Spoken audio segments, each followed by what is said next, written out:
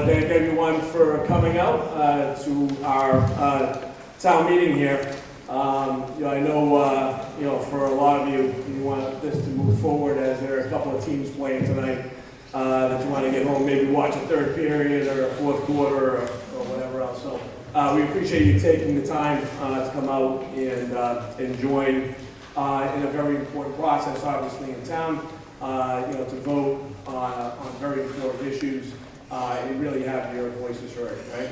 So with that being said, unfortunately we do not have our regular town moderator here tonight. Unfortunately, she, Beverly, could not make it here. So instead, we are going to invite our town clerk up. We're going to nominate a substitute just for this evening to moderate the meeting and bring it to its finalization. So with that being said, if I could call up our town clerk, Ms. Mullen, he will describe the process in which we will be doing. Good evening. Welcome to town meeting. I'm sure you're saying, who is this guy? I'm James Mullen Jr. I was the town clerk in the town of Milton for 36 years. Since that time, I've been in 6 different towns in the Commonwealth, assisting either on elections or in 3 towns I have been the interim town clerk. So this is a good opportunity for me to say thank you to the townspeople of Georgetown, to the Board of Selectmen of the town of Georgetown for the opportunity to serve. You know, Clint Eastwood said, let's keep the old man out, and that's what I'm trying to do. I enjoy working, and I've enjoyed being here in the town of Georgetown. Thank you very much. I hope everyone has been satisfied with the way that the office has been run in the past 9 months. As the chairman has said, we do not have a moderator this evening, and the state law calls for a moderator to be elected from the registered voters of the town at the annual town meeting, which would be tonight. First of all, I'd like to say we handed out at the desks outside, we handed out 2 cards. One card is for voting. It's a pink card.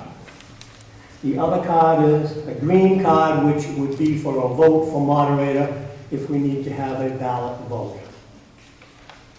I'd first like to call upon Mr. Douglas Dawes for an invocation and also the Pledge of Allegiance.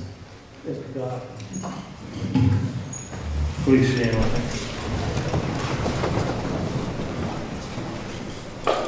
Almighty God, creator of all, we come to you this hour asking for your blessing and help as we are gathered together. We thank you for the many blessings you have bestowed on our community. Tonight, we pray for guidance in the matters at hand and ask that you would clearly show us how to conduct our work with a spirit of discernment and wisdom. Give us the desire to find ways to excel in our work as the elected representatives of the people of Georgetown. Help us work together and encourage each other to excellence. We ask that we would be granted wisdom and discernment in conducting the affairs of town government. We each pray to you in the manner that we were taught. Thank you. Pledge allegiance. I pledge allegiance to the flag of the United States of America and to the republic for which it stands, one nation, under God, indivisible, with liberty and justice for all. Thank you, sir. As I stated, we do not have a moderator, and we need to elect a moderator here this evening. We do have a volunteer, an assistant moderator who has handled the moderation of town meeting in the past, Kathleen Sachs, and she is willing to serve tonight should she be elected. So the procedure would be, if we have one nomination, we would ask for a motion from the floor for the selectmen to cast 1 ballot. If we have multiple nominations, we will have an election. You will use those green sheets the green cards to mark your choice for moderator, and we will count those ballots and determine the winner from those ballots, and that person would conduct town meeting tonight. So I would ask if we have any nominations for moderator for the town meeting 2019 for the town of Georgetown. Are there any nominations?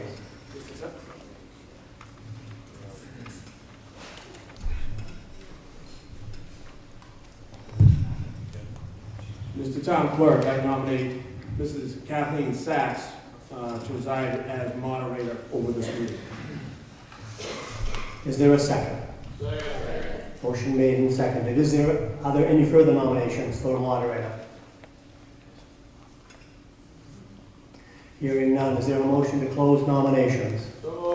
Is there a second? Second. I would request a vote, a motion from the floor to allow the town chairman of the Board of Selectmen to cast one vote in favor of Mrs. Sachs to serve as a moderator for this meeting. So moved. Is there a second? Motion made and seconded. All in favor? Aye. Opposed? Unanimous. Ms. Sachs?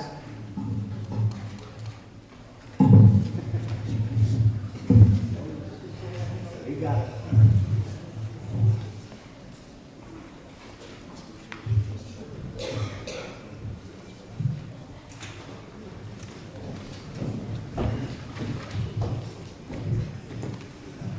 You came prepared.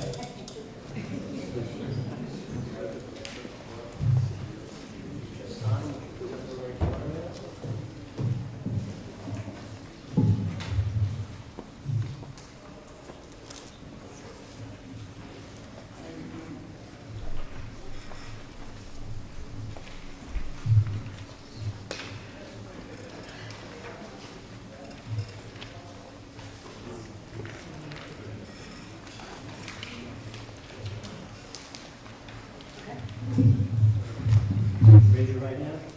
Solemnly swear to perform the duties and uphold the bylaws of the town of Georgetown, the laws of the Commonwealth of Massachusetts, and the best of your ability, so help you God. Yes, I do. Thank you very much.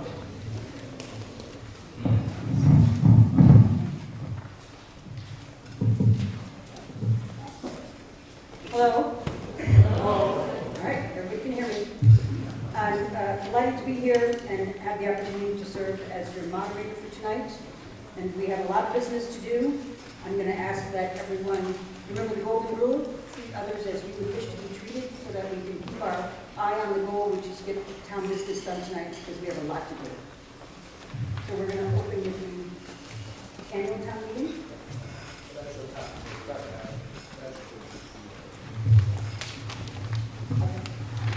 So we're going to open the annual town meeting, and then we're going to adjourn and go to our special town meeting, which has a short agenda for tonight. All right. So a warrant having been served and the quorum being present, the annual town meeting will now come to order. And then we will take the vote in order to adjourn, to go to special town meeting. Okay, so we will be adjourning until the close of the special town meeting. Do I have a motion to adjourn the annual town meeting? Thank you. And we have a second? Okay. So, using the pink cards that you were given when you came in, all those in favor of adjourning the annual town meeting? Okay, thank you. All those opposed? Excellent. Motion passed unanimously. Okay, we will now open the special town meeting. Starting with Article 1. Everybody should have a copy of the Finance and Advisory Board handout that is available.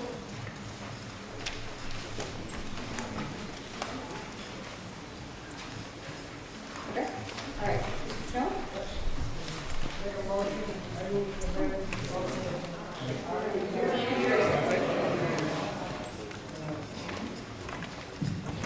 Hello. There we go. All right. I move to amend the vote taken under Article 2 of the 2018 Annual Town Meeting warrant for the purpose of adjusting the following line items in FY 2019 budget. Some account is Healthy Farms, Georgetown Cares, account 4024, increase of $21,733.90, and free cash decreased by $21,732.90. Second. We have a motion and a second. Any discussion? Okay, this needs to pass by majority vote. All those in favor? Thank you. All those opposed? Motion passes by majority. Okay, Article 2, appropriation of free cash. Mr. Snow. I move to transfer from free cash a sum of $152,587.81 to be applied to FY 2019 snow and ice deficit. Second. Okay, we have a motion and a second. Do we have any questions from the floor? All right, seeing no questions, I'll call for the vote. All those in favor of the motion? Thank you. All those opposed? The motion passes unanimously. Great. Article 3, is that also the finance and budget board? No. Okay. Madam Moderator, I, Gary Fowler, move that the town vote to accept the last paragraph of General Law, Chapter 40, Section 5B, and consistent with the authority set forth therein, provide that 35% of the adult use marijuana excise tax imposed by the town pursuant to General Law, Chapter 64N, Section 3, shall, without further appropriation, be dedicated to the tax stabilization fund for a minimum of 3 years. Second. Second from Mr. Epstein. Okay, we have a motion and a second. Does this board of selectmen choose to give an explanation of this? Okay. Well, in short, what this is allowing us to do is to take and put the funds from the excise tax directly into that stabilization fund without having to come back to town meeting for the next 3 years. Okay. Questions? Mr. Snow, comment? Recommendation from the advisory board, thank you. FinCom voted to approve 4 in favor and 0 no. Thank you. Did everybody hear that? Okay. All right, any questions from the floor? Okay, seeing none, I'm going to call for the vote on the motion. All those in favor? This needs to be a 2/3 vote. All those in favor? Thank you. All those opposed? Okay, motion passes unanimously.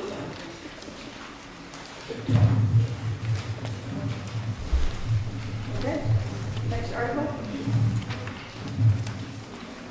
Madam Moderator, I, Gary Fowler, move that the town vote to accept the last paragraph of General Law, Chapter 40, Section 5B, and consistent with the authority set forth therein, provide that 35% of the adult use marijuana excise tax imposed by the town pursuant to General Law, Chapter 64N, Section 3, shall, without further appropriation, be dedicated to the capital stabilization fund for a minimum of 3 years. Second. Second by Mr. Epstein. Okay, report from the finance committee. The Finance Committee voted to recommend this article 4 to nothing. Thank you. Okay, so the first vote was the stabilization fund. This vote is for the capital stabilization fund. Any questions, comments, or discussion? Okay, seeing none, I'm going to call for the vote. This also needs to be a 2/3 vote. All those in favor?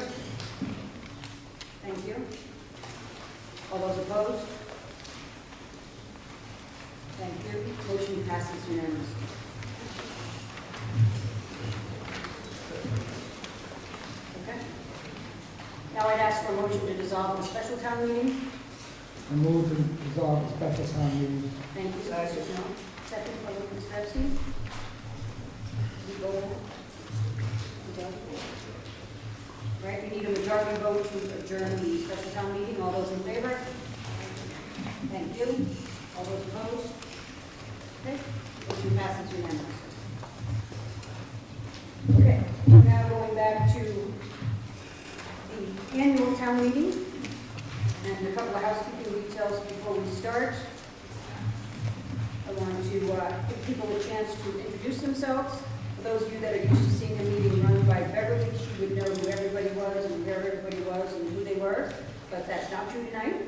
So instead, I'm going to ask people to introduce themselves to you. We're going to start with the select board sitting at the table. So at the far end, if you would please introduce yourself so the audience can hear you. I'm Kip Durning. Thank you. Gary Fowler. Thank you. Doug Dawes. Thank you. Steve Sadler. Joe Von Beer. Kathy Roach. I'm James Mullen Jr. Okay.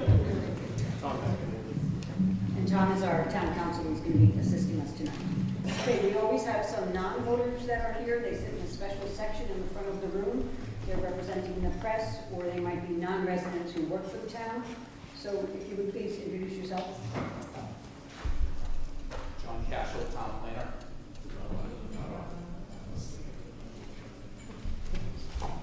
John Cashel, town planner. 1, 2, 3. Thank you. Mary McDonough, town accountant.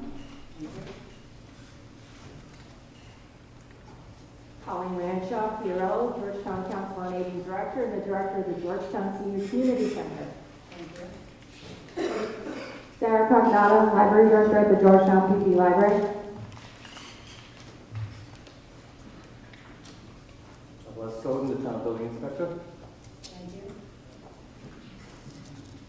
Good evening, Marnie Lynch, Superintendent Whittier Tech. Thank you. Welcome. Okay, and Brian from the Georgetown Record. Okay, Brian from the Georgetown Record. Okay. Anybody else that needs to be introduced? We have Officer Scott Hatch in the back of the room, and your official title is? Lieutenant. Lieutenant Scott Hatch is here tonight to keep order in the room, and should anybody be required to be escorted out of the room, Lieutenant Hatch will take care of that for us. Also, for those of you that are not aware, our town administrator has been on medical leave. I'm happy to report that he's doing very well and may be back as soon as next week. And in the meantime, our interim town administrator has been Chief Cudmore. Okay.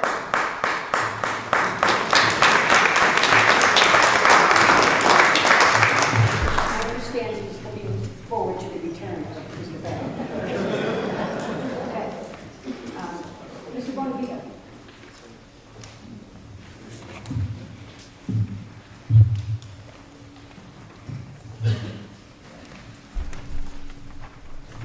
Thank you.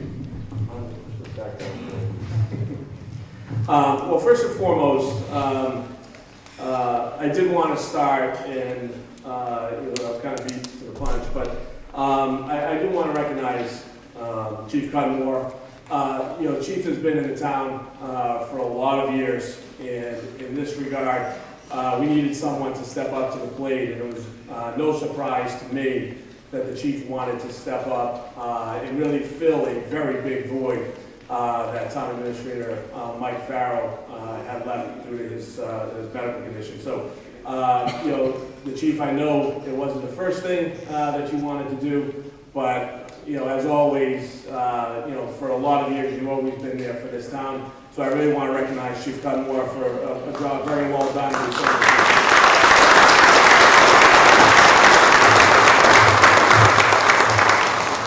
Secondly, this is, one of our selectmen has chosen not to run again next year. So I want to take a moment to recognize a gentleman on our board who's added a lot of insight.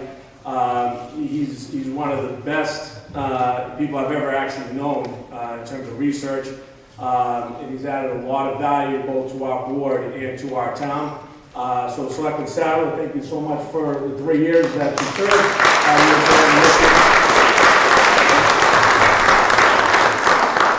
Thirdly, it was a very trying year here in town. There's a lot of moving parts for a lot of good reasons, to tell you the truth. A lot of folks, come together. We had some open communication, and although we might not agree all the time, we really came together this year to really culminate to tonight.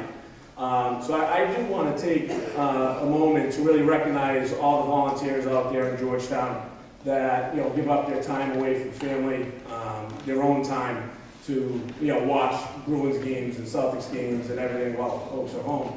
But it really is a collective team effort, from a lot of boards that really make this town run. So I can't name everybody, but you know who you are. I want to thank all of the volunteers here in Georgetown this year. Again, did a very trying year, came together, and we got it done. So thank you very much. We really appreciate it.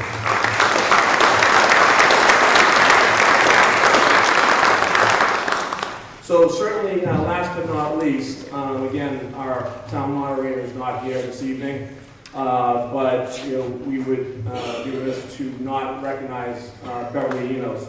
Beverly has given a lot of her time and a lot of her effort into being our moderator. She loves the town, she loves the people in this town, and certainly we will miss her, as moderator. So I do have a proclamation here that I would like to read. Whereas Beverly Enos, sorry, I can't see in the light. Whereas Beverly Enos has been a resident of the town of Georgetown for over 54 years. And whereas she has served the town for a total of 38 years, 18 years as town moderator, and 20 years as a zoning board of appeals member. And whereas through her dedication to the town of Georgetown, she has attended approximately 36 annual and special town meetings. Whereas the town of Georgetown is extremely grateful to Beverly Enos for her dedicated service to the town. Now, therefore, we, Joseph Bonavita, Stephen Sadler, Gary C. Fowler, Douglas W. Dawes, and Charles Durney, selectmen of the town of Georgetown, do hereby call upon all citizens to honor Beverly Enos, town moderator, who has worked so hard to realize such great achievements. In witness hereof, we have hereto set our hands in cause to be affixed the official seal of the town of Georgetown this 6th day of May 2019. So to Beverly, we thank you from the bottom of our hearts for all of your time in service to the town of Georgetown.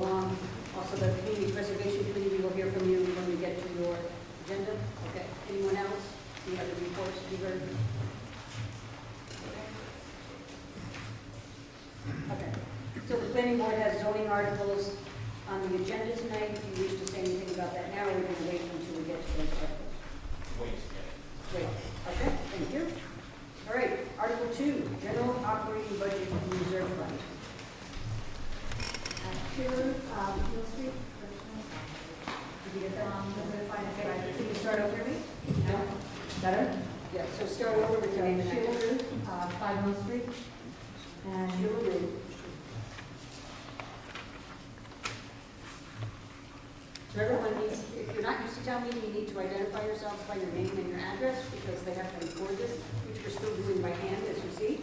So that's important for the accurate minutes to be played. Okay, you know that? So we make a motion to move that the town raise and appropriate the sum of $30,790,473, appropriate by transfer from the Water Department Enterprise Fund the sum of $271,147, transferred from septic betterment the sum of $21,060, Transfer from the Community Preservation Reserve for debt service the sum of $187,100. And transfer from bond premium account the sum of $80,125 for a total appropriation of $31,349,905 to defray charges and expenses of the town for the fiscal year beginning July 1st, 2019, including support of the town's public schools, Whittier Regional Vocational Technical School, and Essex North Shore Agricultural and Technical School, to fix salaries of the several elected officers of the town, and to provide for a reserve fund for the fiscal year beginning July 1st, 2019, in accordance with the line items of the Finance Committee and Advisory Board's report to the May 6th, 2019 annual town meeting. Second by Mr. Epstein.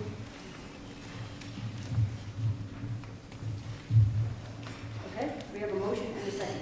Any discussion, any questions? The Finance Committee did make a recommendation 4-0. 4-0, thank you. Okay. Seeing no questions from the floor, I'm going to call for the vote, and this is a majority vote. All those in favor of Article 2? Thank you. All those opposed? Okay. Motion passes by majority. Okay, Article 3. Stabilization Fund. Madam Moderator, I, Gary Fowler, move to transfer from free cash the sum of $25,000 to be added to the stabilization fund.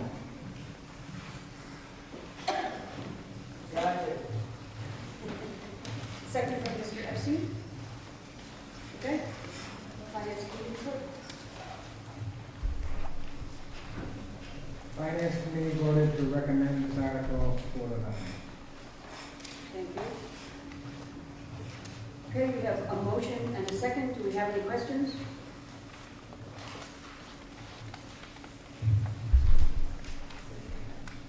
Okay. So this also will be a majority vote. All those in favor of Article 3? Thank you. All those opposed?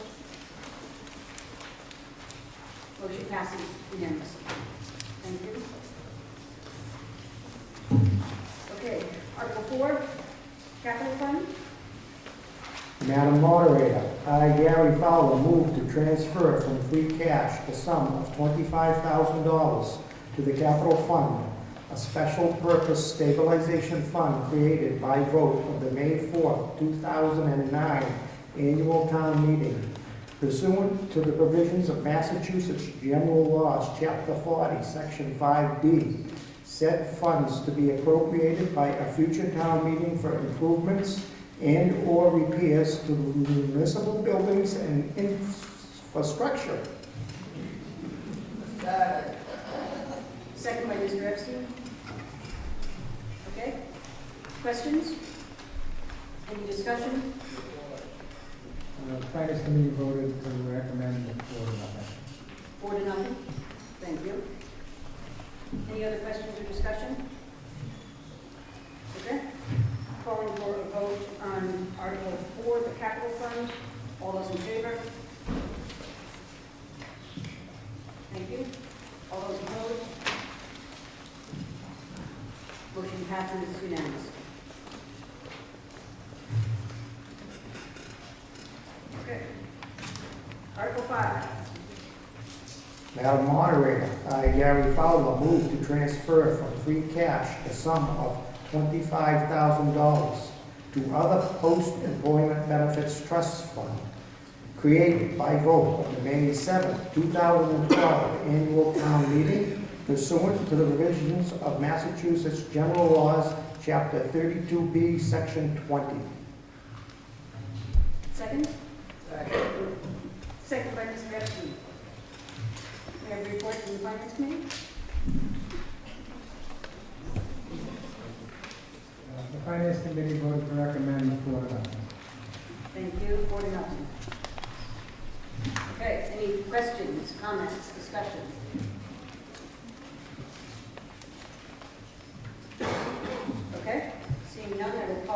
vote on Article 5. All those in favor? Thank you. All those opposed? Motion passes unanimously. Okay, Article 6, operating budget. Steve King, 4 West Street, Water Commissioner. Thank you. Madam Moderator, I move that the town appropriate $1,830,000 from the Water Department Enterprise Fund fiscal year 2020 revenues and $400,000 from the Water Department Enterprise retained earnings.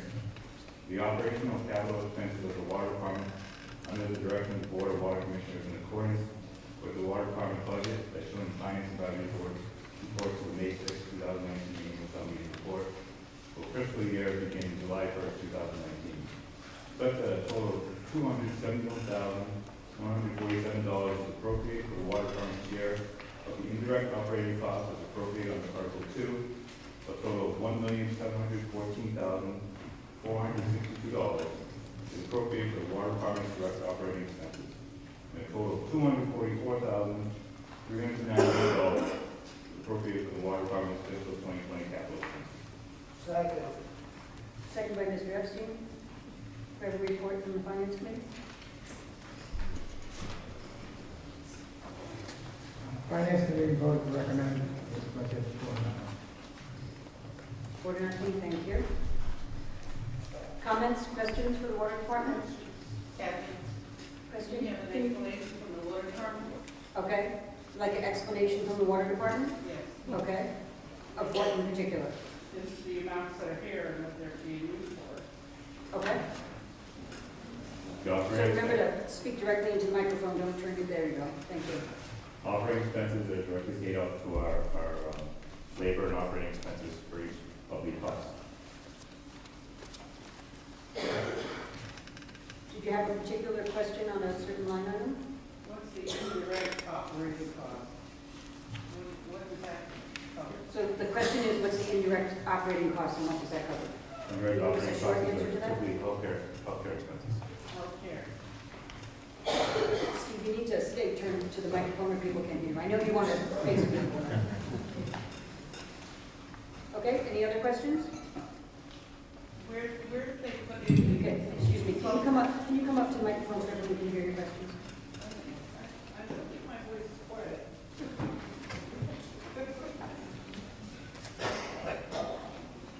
So if you start with your name and address for us. Matilda Van Lewiston, 10 Baltic Road.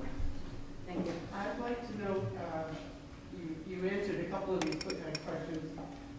Where is the consulting cost? Because every time I hear from the water department, they're talking about they had to hire consultants. I'd like to know what that amount is. Okay. The operating line item for consulting comes on the operational capital expenses. I don't know if you specifically what consultant line item you're specifically requiring I to. just like to know how much you pay consultants. It varies for each consultant. We have numerous consultants that help us during each of our water department projects. Okay. That's the best you can do for right now. Okay? All right. Any other questions, comments? Okay, thank you. Okay, we have a second on this, correct? Okay, we have a finance committee report, so I'm going to call for a vote on this. This is the majority vote. All those in favor? Thank you. All those opposed? Okay, motion passes unanimously. Okay, moving on to Article 7, Fire Department Ambulance Operating Budget. Who's doing that? Yes. I'm moderator, Fred Mitchell, 17 Andover Street in York County.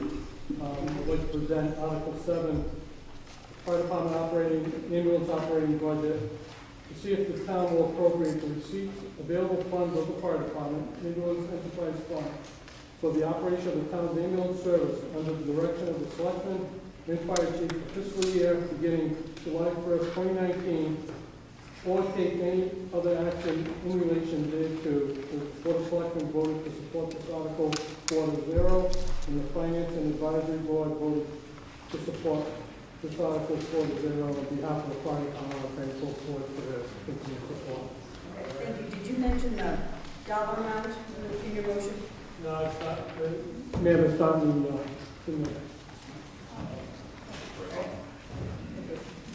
Thank you. Okay. Now I'm going to read the motion.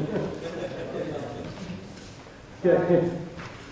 Move that the town appropriate $363,095 from the Fire Department Ambulance Enterprise Fund FY 2020 revenue for the total operation expense of $363,095 under the direction of the Board of Selectmen and the Fire Chief in accordance with the Fire Department ambulance budget as shown in the Finance and Advisory Board's report to the May 6, 2019 annual town meeting report for the fiscal year beginning July 1st, 2019. Second. Second by Mr. Epstein. Thank you. We have a report from the Finance Committee. Finance Committee voted to recommend this article. Thank you. Any comments, questions? Yes, please come to the microphone so we can hear you and start with your name and address. Walter Clark, New Davis Lane. It sounds like there's two motions on the floor. The first thing you read wasn't technically a motion. Okay. It was just a statement. But, definitely. He read the article as opposed to the motion. Okay. So, thank you. So are we clear on that? Everybody good? Okay. All right. So I'm calling for a vote on Article 7, the Fire Department Ambulance Operating Budget. And this is yes. Okay. It's a majority vote. Okay. Thank you. All those in favor, please raise your cards. All right. Thank you. All those opposed? Okay, motion passes unanimously. Okay, Article 8, Local Access Program. Article 8, I move the town vote to appropriate from the DPEG access and cable related fund the sum of $75,000 for salaries and $25,000 for expenses related to provision of the PEG access service oversight and renewal of the cable franchise agreement for fiscal year beginning July 1, 2019. Second. Thank you. And does the Finance Committee have a report on that? Yeah, we voted for. Okay, speaking to the microphone, Mr. Snow. Okay. They supported it 4-0. I think you didn't hear that. Okay. That's not the score of the Bruins game. All right. Any comments, questions, or discussion? Okay. That reminds me, I neglected to mention Mr. Charlie Mendez, who is in the back filming the show for us and has given many hours and many years of service to the town, in case you are not aware of that. So thank you, sir.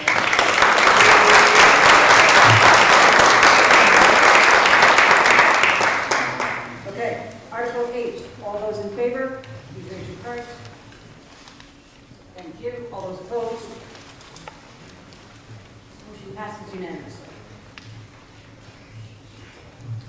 Okay, we're now going to begin the consent calendar. For those of you that are not familiar with town meeting and how it operates, consent calendar is part of an effort to make our town meeting more productive and save time for discussion of our key issues. Each year there's a number of warrant articles which past experience tells us that the action will be routine, non-controversial, and predictable.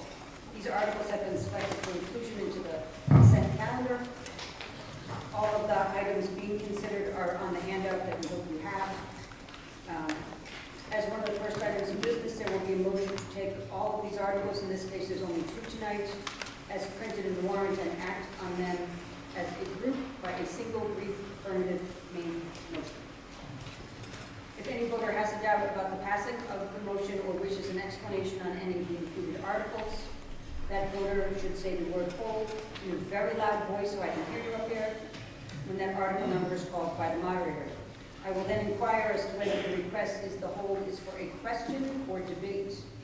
If the purpose is merely to ask a question, we will try to get you an answer to that. If this occurs, the article will remain on the consent calendar. If the purpose was to hold the article for debate, The article will be dropped from the consent calendar and restored to its original place on the warrant. Okay. The articles being considered for the consent calendar tonight are Article number 9, Municipal Light Department Continuation of Operation, and Article 10, Chapter 90 Reimbursement of the Transportation Fund. All right, and we have a motion for that? Hold on 9 for a question. Thank you. Okay, who was that who asked? Can you come down and ask what the question is?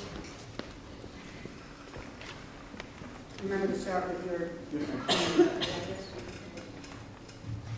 Robert Kelly, 20 Cedar Lane. On the lighting department, what is the budget? Do they have to report a budget number in this, like the water, or is there a dollar value? There's nothing in the past of the receipts. Do they have to report that? Okay, thank you. Do we have a simple answer to that question? No, we don't have a simple answer? No, we don't have to report that. Thank you. It's debated, it's approved by the Light Board of Commissioners separately, under Okay, Chapter 164. okay. Thank you, Mr. Dan. I couldn't hear all of that, but I think what he said was, no, they don't have to report that. And the budget is approved by the light commissioners. Did I get that right? Okay. Did that satisfy you? Yes, ma'am. Thank you. Any other holds on question Article 9 or Article 10? Okay. Mr. Snow, do you have a motion? Move to approve the consent calendar, which includes Articles 9 and 10, as printed in the warrant. And the recommendation by the board was 4-1. Okay. Finance Committee voted 4-0 to support that. We have a second? Second? Who said that? Okay, did you get that? Okay. All right, so we have a motion and a second on the consent calendar, which is the two articles, Article 9 and Article 10. All those in favor? Thank you. All those opposed? Okay, motion passes unanimously.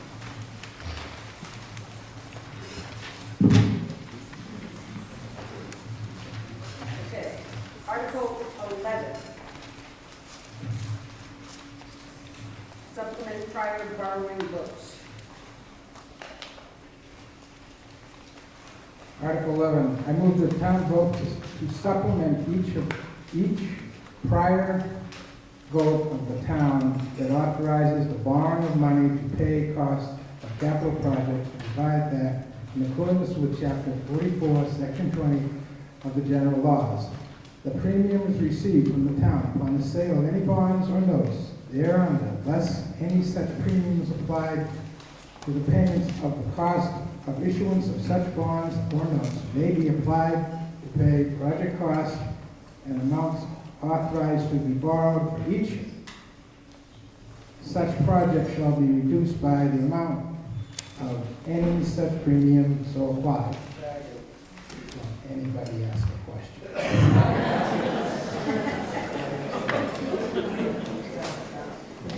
Okay, so we have a motion and a second. We have a question. Madam Moderator, I do have a question, I'm sorry. Okay, name and address, please. My name is Harry Locke, I live in 144 York Street, I also have the distinction of being the CPC chair, chairman of the CPC. The CPC, not to give a spoiler alert, but in a few more articles when we move forward, one of the things that we're going to be asking the town to do is to appropriate a certain amount of money to finally pay off the bond that we had floating out there for the Speak directly into the microphone. Is it not working? It's not working? Oh, okay. I have to really put it in my mouth. At any rate, the bottom line of it is that I'm wondering, the CPC, we will now, with tonight's vote, assuming it's affirmative, we will have enough money to pay off the entire bond in an account that's being held for that special purpose. But the bond was taken out for, I believe, 8 years, and it won't be callable, my understanding is, until 2023. Let me interrupt you for a second. Is the question that he's presenting relative to this article about the premium with the bond, are we on the same topic? That's what I'm asking about. That's what your question is? That's my question. Does this relate to that? And can we pay off the bond a little more quickly? Okay, thank you. Stay there in case we have a follow-up. Yes. Anyone able to answer that? Go for it, Mary. Yes. Our town Take the best shot. No. Introduce yourself again, please. Miriam Smedby, town accountant. Thank you. Basically, what this is doing is, it's, any premiums that we get from going forward, they are gonna reduce the amount of the project. Previously, we used to have to amortize the amount of the premium over the life of the bond, which is what we did for the CPC. That's already done, and we're amortizing that. This will be for the borrowings going forward. Okay. So, no. So we will no longer be amortizing it, That's correct. and that will ultimately save us money. Right. Okay, thank you. Does that answer your question? Thank you. Okay. Anyone else want to try a question on that? Yes. Come on up to the microphone so we can hear you.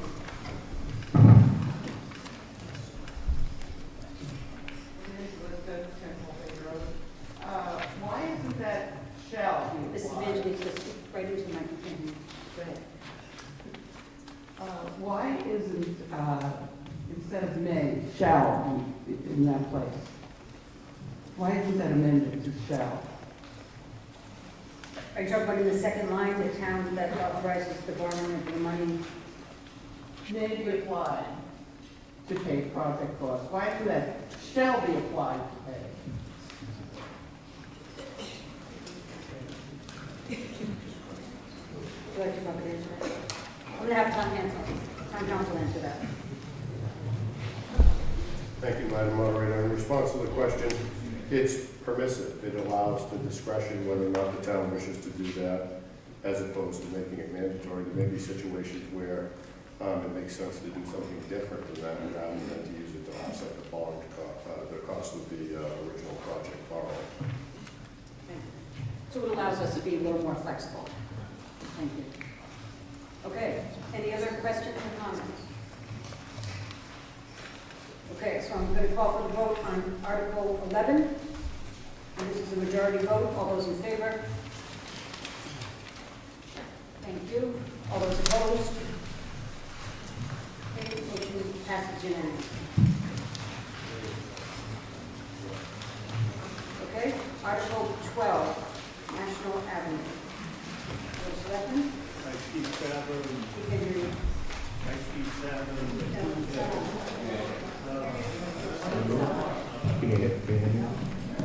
I move that the town vote to transfer to the Board of Selectmen from the purposes for which is currently held to the board for general municipal purposes, including the purpose of sale, the care, custody, management, and control of those certain parcels of land on National Ave identified as parcels 7 and 7A on the town assessors map 14, and to authorize the Board of Selectmen to convey such parcels on such terms and conditions, and for such consideration as the Board of Selectmen deems appropriate. You have a second? Second. Okay, we have a motion and a second, and this is going to require a 2/3 vote, because it has to be with the land.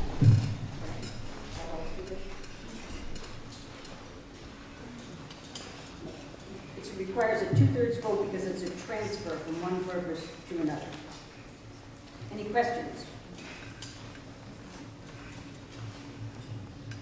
Okay, seeing no questions, I'm going to call for the vote on Article 12. All those in favor?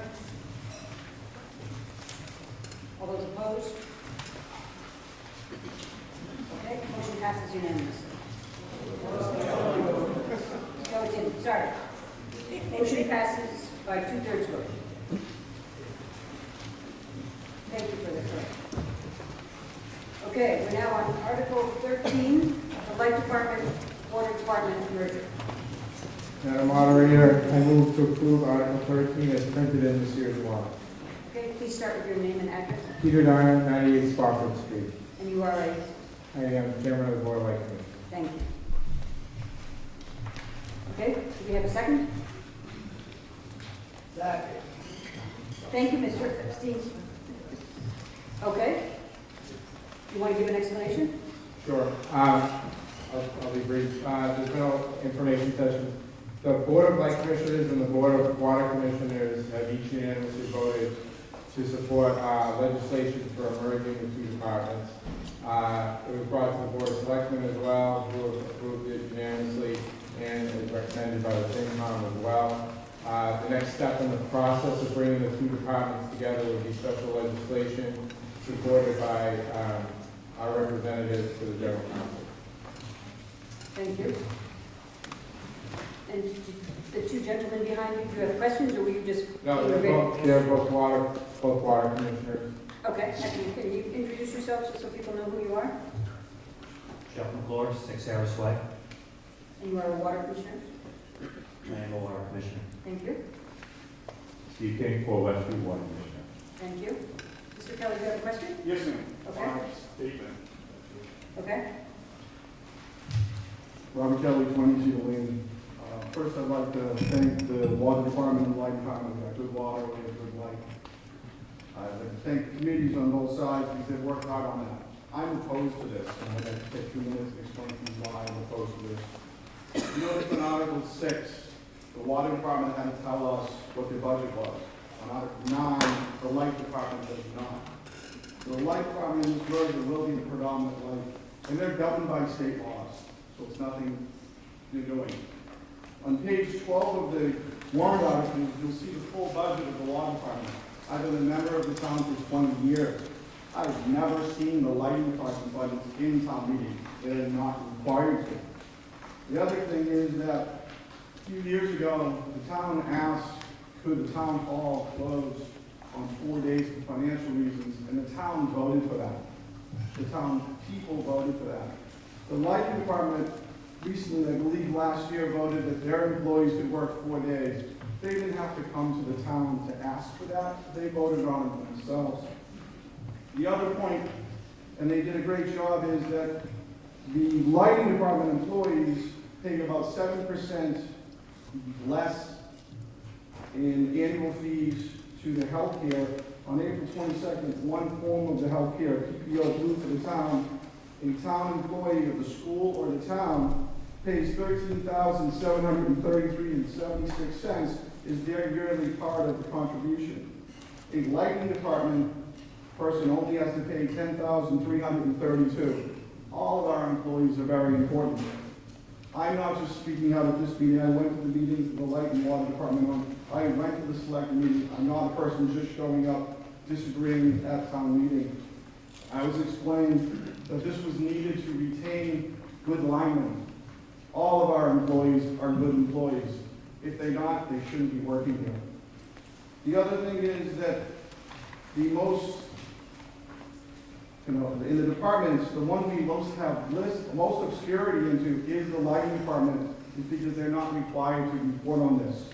The other thing is my preference is that the lighting department, the water department, the highway department, and potentially the maintenance department look to combine. And once we merge these under state legislation, we lose control. The constituents have to go to the government and the DPU and the lighting board and the water board to vote this out. We cannot just go to our elected officials and selectmen and say, hey, let's break this apart. We need to get permission to break this apart. And one of the counter arguments is that, hey, the town isn't paying the extra part of the health employment. We're not paying it in taxes, but we're paying it in rates because the only customers for the lighting department are us. They don't sell it to anyone else.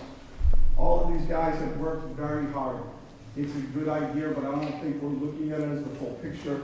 I just wanted to give my opinion. I hope you don't vote for it. Thank you. Thank you, Ed. So there's several things he brought up. First of all, the light department is governed by Chapter 164, and what that does is it separates the the governing of the light department from the general town for several reasons. He was inaccurate in saying that we're only the only people that pay the light department bills are the ratepayers. The ratepayers aren't just the citizens, they're also commercial and industrial customers as well. So that's why there's a separate board to protect all the ratepayers. And so we're elected to make the best decisions for the ratepayers of the light department and not just the town. So that's why it's governed under a separate set of laws. There is no budget that is not open to public scrutiny. It's just not at town meeting. All our meetings are public meetings. Our budget is voted on. It's in our minutes, and anybody's welcome to look at our budget each year. But it's not required to come before town meeting for the reason that, again, the ratepayers are more than just the residents of the town. In terms of the what's going forward, if this were to emerge, the rules that govern the water department budget would not and cannot change. The water department budget would still have to come before town meeting. The water department would not automatically fall under chapter 164, which keeps it separate. It would be governed by its own set of laws and regulations. And in terms of employee health care, the changes to the health care were voted 2 contracts ago, and it was negotiated within a collective bargaining agreement. Any collective bargaining agreement in town has different rates, different benefits, different costs, and that was one of the things that the employees of the light department negotiated for several years ago, and that's part of their contract. It doesn't mean it automatically goes to a water department contract, nor the days of the week. Anything that is done to the water department would have to be separately negotiated. I think I covered it all. I'm not sure. Thank you. Do either the water commissioners want to respond to anything? You all set? Yes, sir. Okay, Mr. Keller. One clarification, but Pete, do we not have to go back to the legislation in the board if we ever want to split up? The selectmen can't tell you to break up, correct? Right. Once it's enacted by legislation, we would be one unit. So that's one of the reasons why looking at taking Peter Durkee's highway department and the maintenance group and doing this as a cohesive whole versus just doing this, his 2 departments, we only really got one shot unless we're going to go back to the legislature and pay more offense legal fees. Thank you. Okay, any other questions, comments? Madam Moderator? Yes.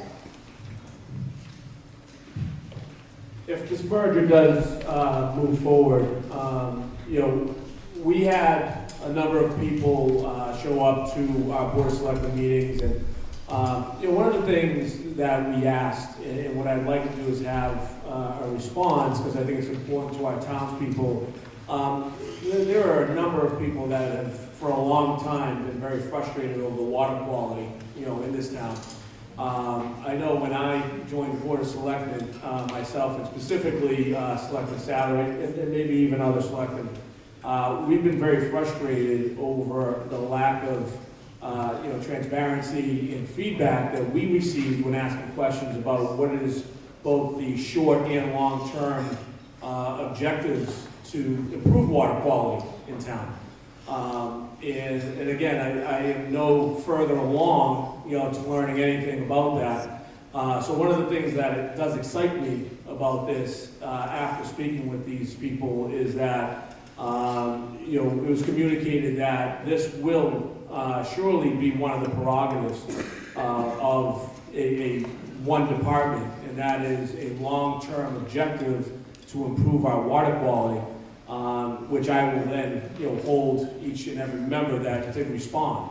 So with that being said, maybe someone can talk to what that long-term focus is and plan to improve water quality here in town. Thank you. I appreciate the chance to be able to tell you. I have been, Jeff McClure, 6 Harris Way. Thank you. I've been on the board now for 5 years, and I appreciate everyone in this room for giving me the opportunity to do that. The first thing that we did when I got on the board was to commission a study to understand short-term, medium-term, and long-term water quality. On the short term, It was things like picking up the flushing program to be able to clean the pipes, which hadn't been done for a while. We immediately started that. It did get better. It has gotten better. Depending on where you live in town, some of it's gotten entirely better without problem. Other spots we're still working on, and it is getting better. The medium-term ones, some of them we started, some of them weren't feasible. Long-term said, spend $18 million and build a new plant. So I asked around town and said, hey, if I triple your rates to get you perfect water quality, would you do it? And I heard a resounding, no, that's not the answer. So we went back to the drawing board, and we better figured out how we could best serve the community by bringing better water quality at a cost that was reasonable. Since that time, we just put a new tank on. Unfortunately, the tank that we had, the roof was falling in. It sidetracked the water quality conversation a little bit, but it was an emergency repair. Right now, we're in the process of constructing a new well. That well is going to improve water quality.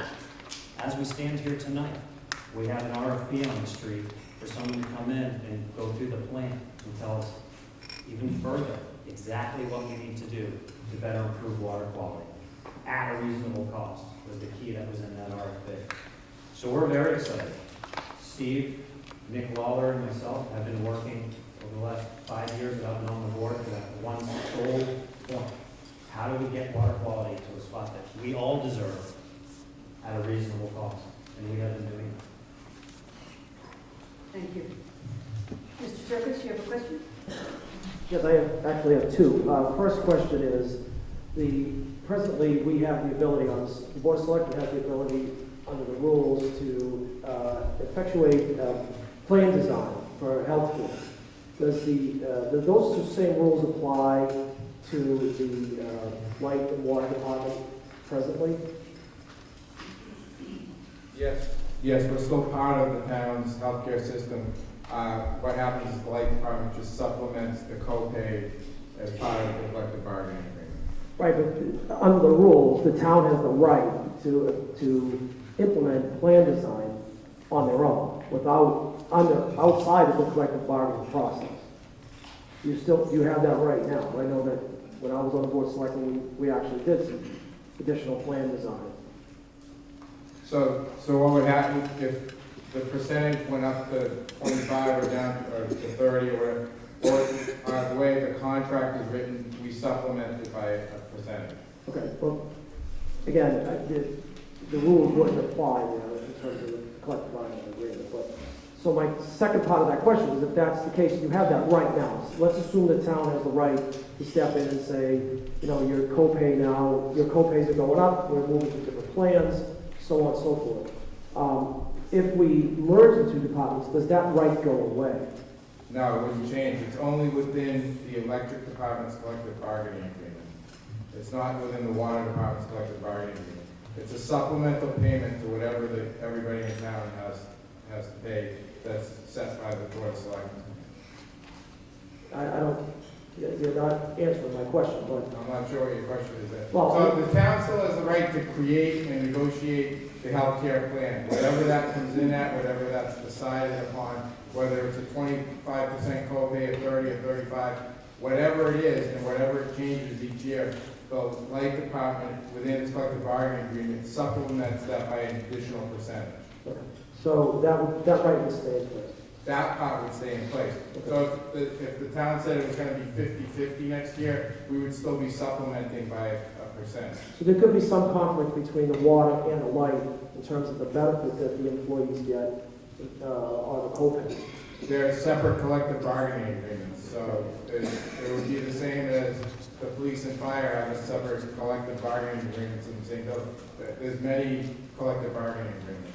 Okay, then my second part of the question was, with this consolidation, what's the estimated savings and what are you doing, if there is any, what are you doing with those savings? So there's upward pressure on pricing on both sides, gas, water, and electric. So the hope is that the estimated annual savings of operating costs is roughly $250,000, and the estimated long-term larger savings, if we're able to invest in things like that are more major projects around electric and water, could generate up to an additional $1.1 million in savings if we're able to invest in these. future growth. Would you be able to do that without the consolidation? It would definitely be harder, especially with regard to, one of the things we could potentially do is install a generator at the water department site right now, so we would have to figure out another place to put the water department, and it would obviously not be efficient. Thank you. Thank you. Mr. Trepiani, did you get your question answered? I know you were waiting for a while. No, simple flags think alike, so yes. Okay, Mr. Kelly. Another question for Pete. Pete, part of you said there was $200,000 in the first annual, around that savings. And in one of the meetings, you guys explained the predominant part of that savings is the letting go of one administrator in the administration staff. That's the predominant part of that savings, correct? I believe so. Okay, great. So the savings is laying off a person and moving the water department out. So we got a lot of space in Hurley, so maybe we can work there. Yes. Madam Moderator, Thomas Farabee, 73 Andover Street. Okay. I have to say that I've been following this saga for the last couple of months, although not as closely as some other people. I haven't attended any of the meetings, but I've had numerous discussions with people who have attended and have been involved in those discussions. I have to say, at this point, I am extremely confused about what the benefits of this merger would be. Currently, the water department operates independently in of the light department. And from what I'm hearing, at least on a financial basis, that's going to continue regardless of what the legislature does, because there are two separate statutes that govern both these departments. So I fail to see where that symbiosis is going to pay any dividend to us at all, either financially or even from an efficiency standpoint. I'm not sure that there are if there is any expertise in the water department that's going to help the light department or vice versa. I'm just very confused. It seems to me we're going to be adding levels of management here. We currently have a management position in the water department and a management position in the light department. My understanding, and I may be wrong, is that we're going to add yet a third management position. We're still going to have two people running each department, and then we're going to have somebody overseeing them, which to me is less efficient. It's actually going to add to the overhead as opposed to reduce it. And so if your projection of a $250,000 a year annual savings is real, I'd like a little bit more detail on where that's coming from. If it's just one employee that you're going to be able to replace, I just don't see where that's going to happen. So it won't be a third manager's position. Right now, there's not two separate people running the light department. There's a single manager and a working foreman. There would be a water engineer, which is the equivalent of the working foreman on the water side, both reporting to a single manager. There's been a lot of turnover in the management ranks at the water department over the past several years. In the light department, we've had 3 managers in the past 60 years. In the water department, that turnover has been frequent. So some consistency of management will certainly help. So you'll have a working leader on the the electric side, and a working leader on the water side. So from a salary standpoint, can you quantify what the difference would be versus what it's been historically? That said, I've been here for 32 years, and I grew up with Ronnie Marshall and Dave Peatfield running that water department, and we never had a problem. They took very poor quality water out of the ground, ran it through some very old and contaminated pipes, and delivered it to our houses, and it has gotten better over the years. The treatment plant has made a huge difference. I perceive that we have the capability within the department as it exists right now, perhaps with the addition of a single management person like a Ronnie Marshall or a Dave Peacefield, that will be able to achieve even better quality for the rest of the people in town, as Mr. Bonavita indicated. I can't speak from the water side in terms of the history of the management, but I don't think that the Dave Peacefield resource has been as much available as the great service we got from those guys years ago. So would the problem here be that we can't find an adequate or appropriate manager for the water department? And if so, how is that going to change going forward with the merger of the light department and the water department? Steve Kingsbury, Westwood Water Commissioner. To answer your question, I've been on the board for 3 years now. I've gone through 2 managers, and we haven't been able to find anybody else. We've gone through extensive interview processes and trying to find qualified people to run the department, and that simply just hasn't happened. Right now, we have no general manager on staff. We're actually utilizing consultants to help run our day-to-day operations. But just management, we still have the same operators running the treatment plant. Well, not to belabor the point, if you have a problem finding somebody to adequately manage the department now, how is that going to change with the merger of the light department? Does the light department have the expertise and the technology to run the water department? So what our plan is in the short term is we do, if the merger is accomplished, is to utilize the general manager of the light department as a leader for both departments. And also that currently in the first year, through a simple turnover with our existing general manager consultant on a very part-time basis to kind of get him caught up to speed. And then later on, absolve the consultant use and have him run the program with assistance from, would be a general foreman or water engineer. And is that going to result in a cost savings? That will result in cost savings. And how much is that cost savings? $260,000. So that one change is going to be a $250,000 benefit for... Two changes. There's obviously the general manager position and then another employee position in the water department. You're going to add a position in the water department and you're going to save money? We're not going to have a general manager. We're not going to be filling that position. That's going to be taken over by the light department manager. Okay. And then we're also going to... What, could you tell me what that salary is currently? The water department manager, what was the last The salary? current salary, 117,000 is identified. Okay, so you're going to eliminate that, and then you're going to, are you going to pay the new general manager more money? There's going to be a slight uptake in the light department general manager for taking over the... How much is that? Has been negotiated at this time. Okay, so, again, I'm confused. I fail to see how you're going to eliminate a $117,000 position. You're going to add to the salary of the general manager, and you're going to end up with a $250,000 savings.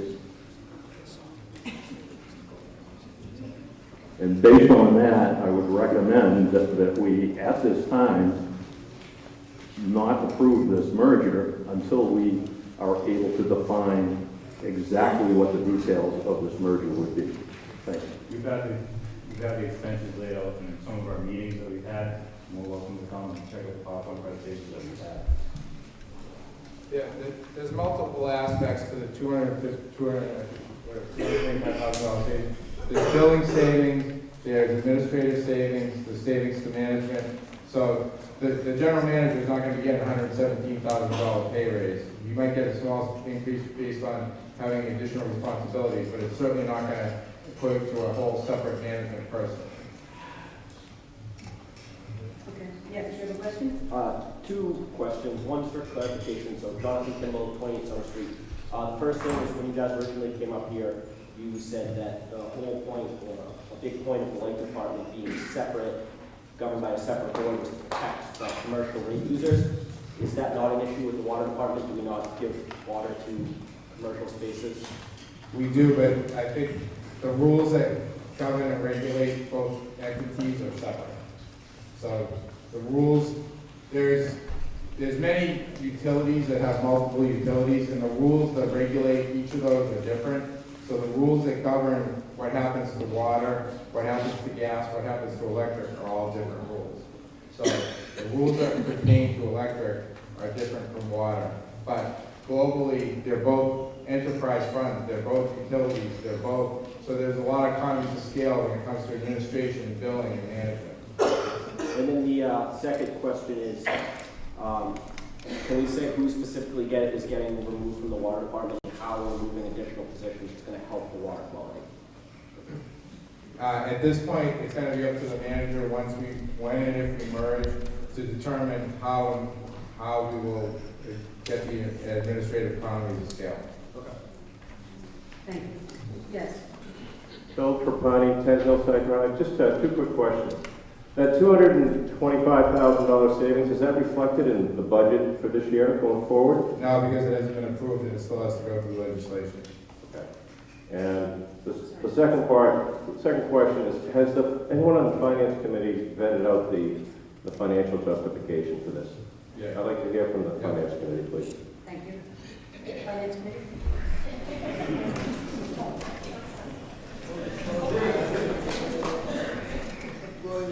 Yes, the Finance Committee did review these numbers at a meeting, and I believe recommended, it was 5 of us there, I believe.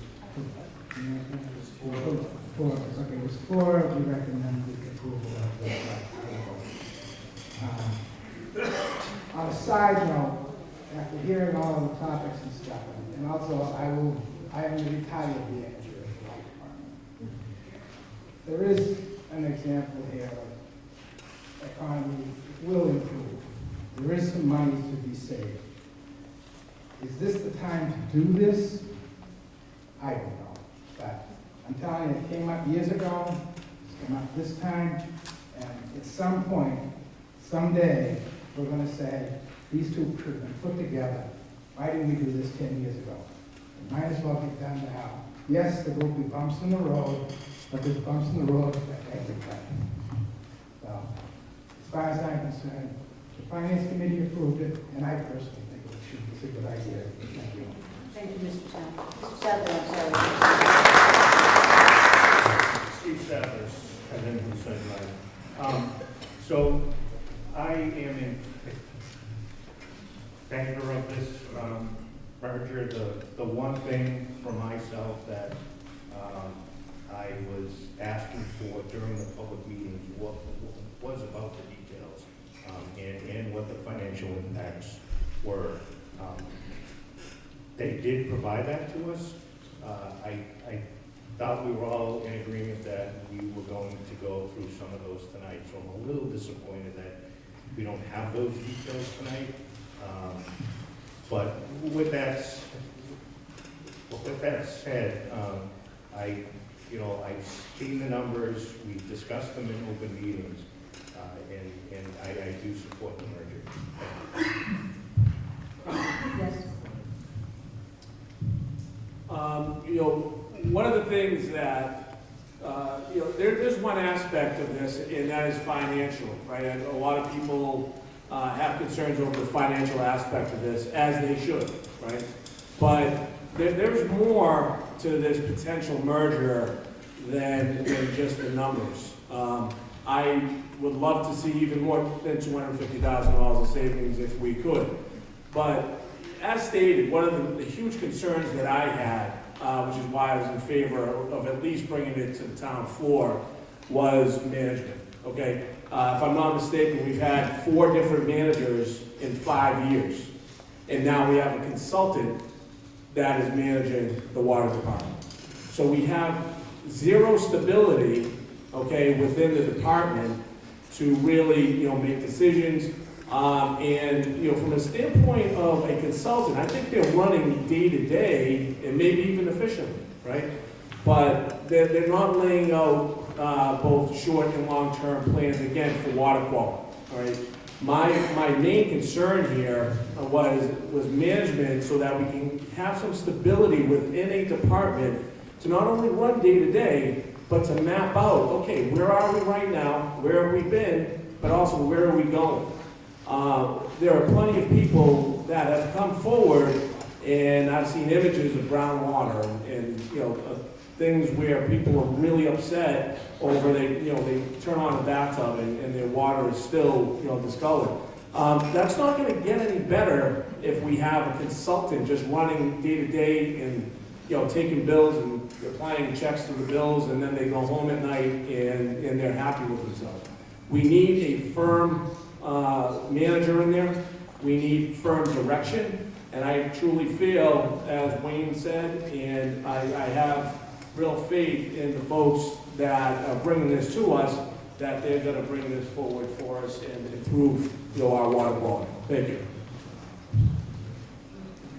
Okay, yes.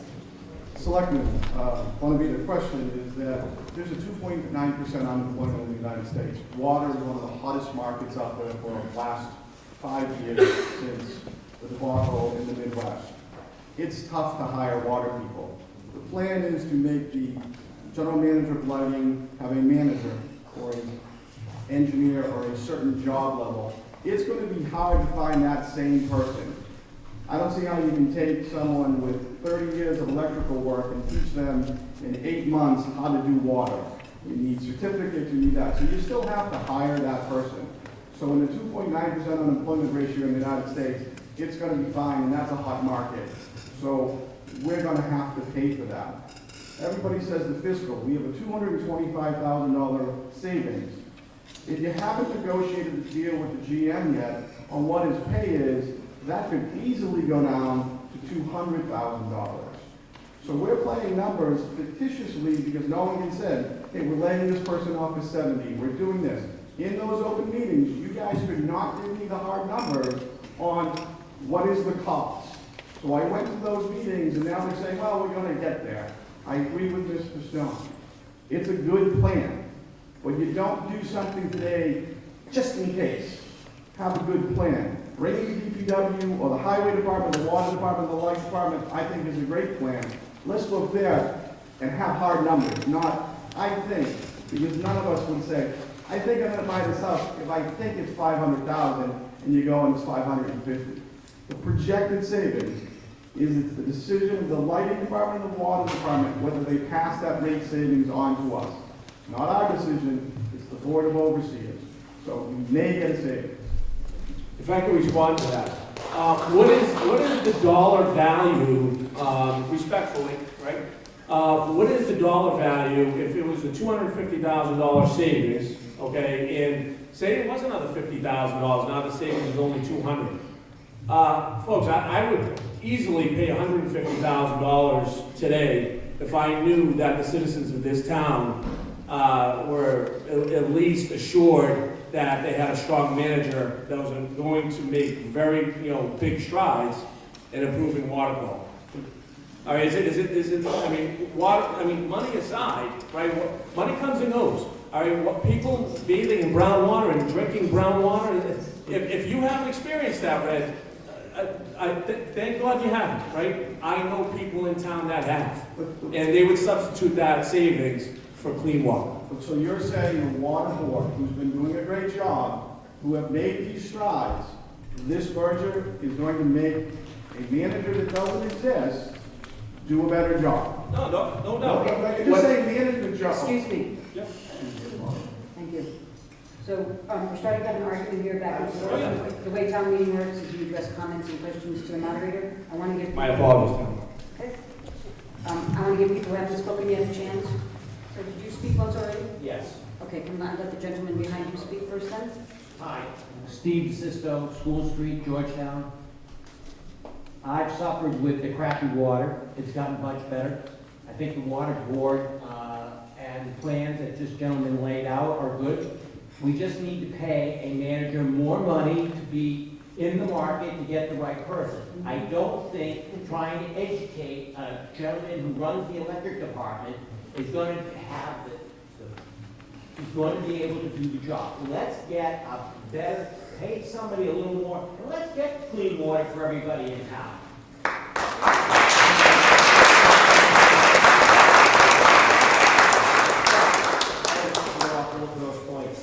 My concern would Can you be, say your name and address again? Dr. Kimball, 28 Summer Street. My concern with merging the light and water is we're having a hard time finding a manager for the water department now. We have a great manager for the electric department. That's not guaranteed forever.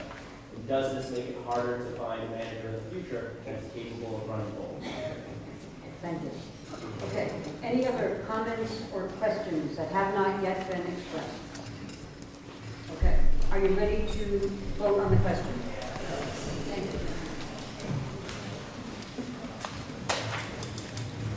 Okay, so we're voting on the merger with the light department and the water department. This is on the majority vote, correct? Yes. Okay.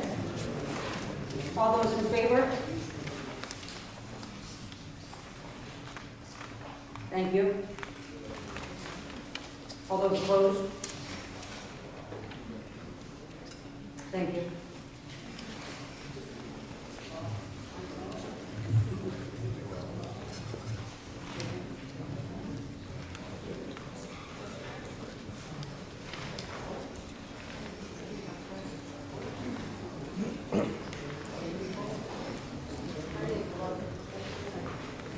The motion did not pass by a majority vote.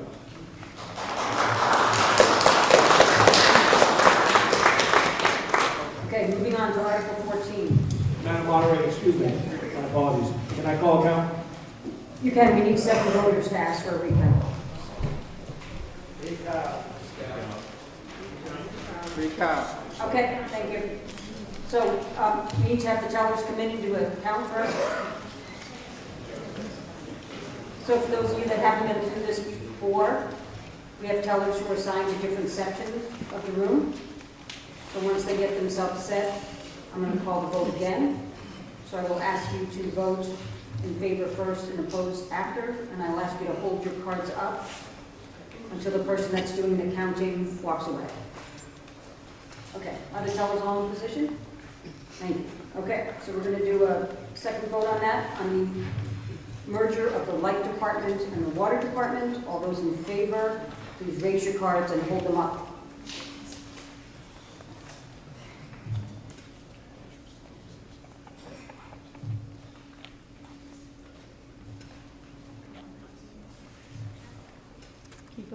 And tellers, please make sure someone counts the votes on the stage. Thank you.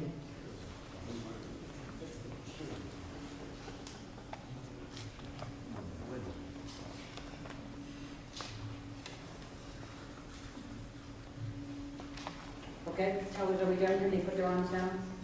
Thank you very much. Okay, all those opposed, please raise your hands.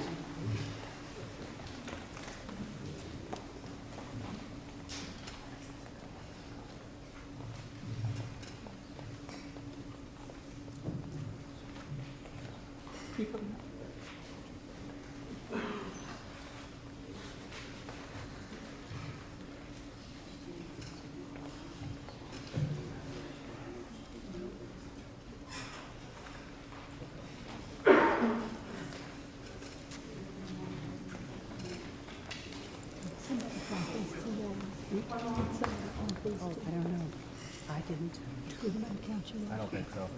Okay, are the tellers done? Are you up here? No, I'm not. Yeah. Consider up here? Okay, I'll just add, the two of you are going to be up here. Okay. And your nose? Yes. All right. You ready? Okay. Are the tellers done? Yes. Thank you. So we need the total number of votes and then the total vote. We're going to have to wait for them to count.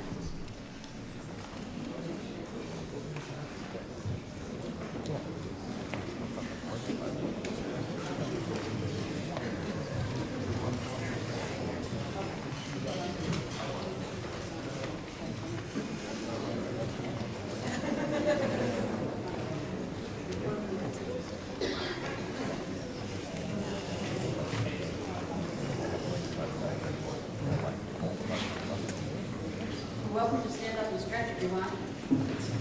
Have some water.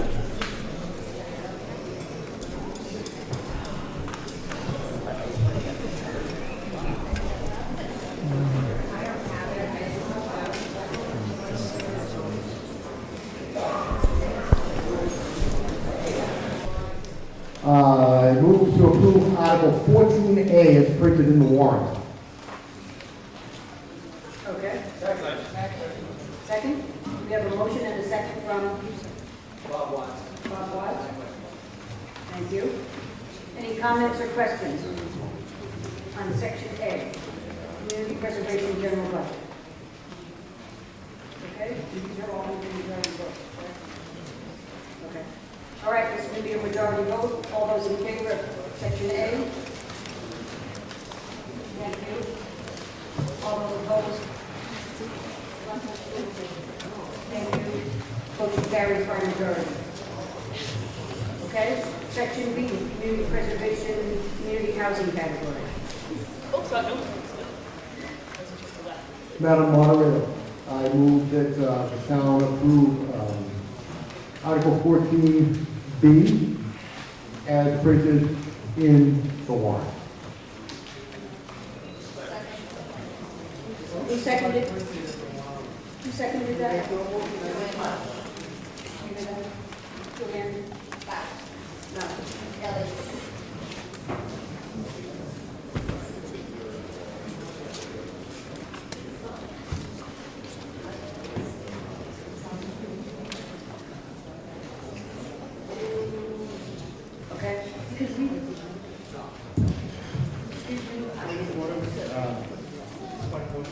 Yes.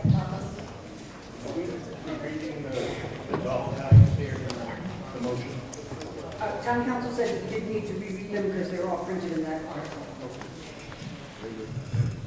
Thank you for the question. Okay. Can we get reports from the committee itself? Certainly can. I can give you a little bit of an explanation, in general, if you'd like, Madam Moderator. Town council, did you just want to know what they voted?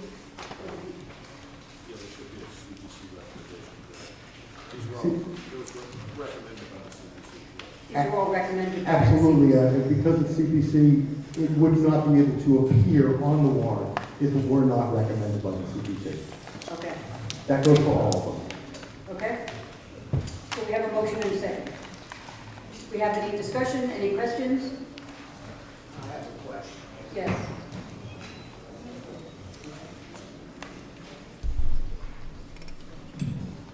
What's the current balance of the Community Preservation Fund Community Housing Reserve account? Okay, is that the question? That's the question. Current balance, we're Jeremy? appropriating another $72,000. Okay. How much is in it now? Okay. Harry, you have the answer to that question?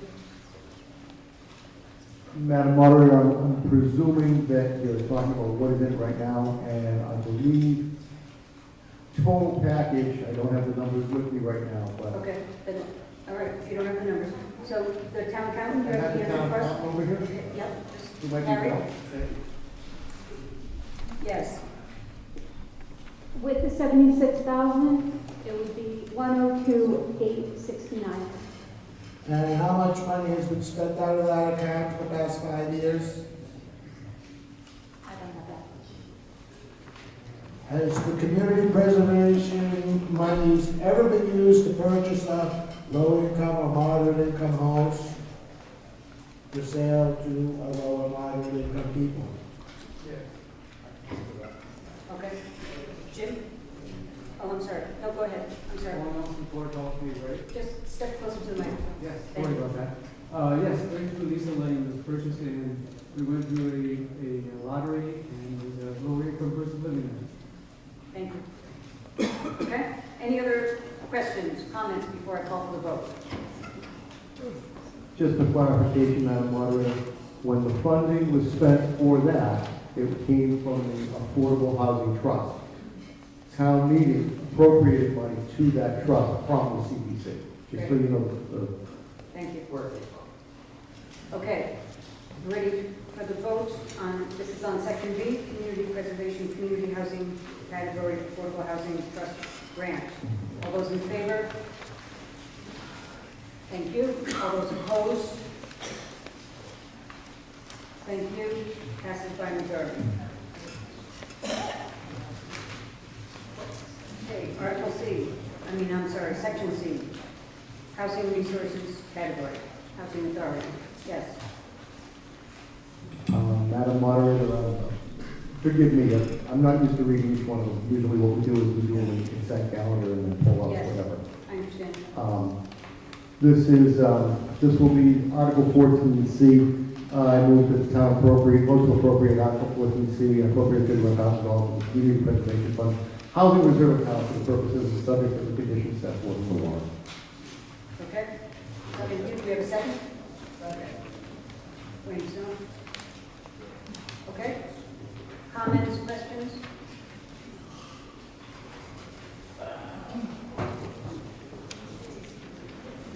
Just a minute. Yes. Peter Durkee, 10 Clark Street. Is Trestle Way state-run?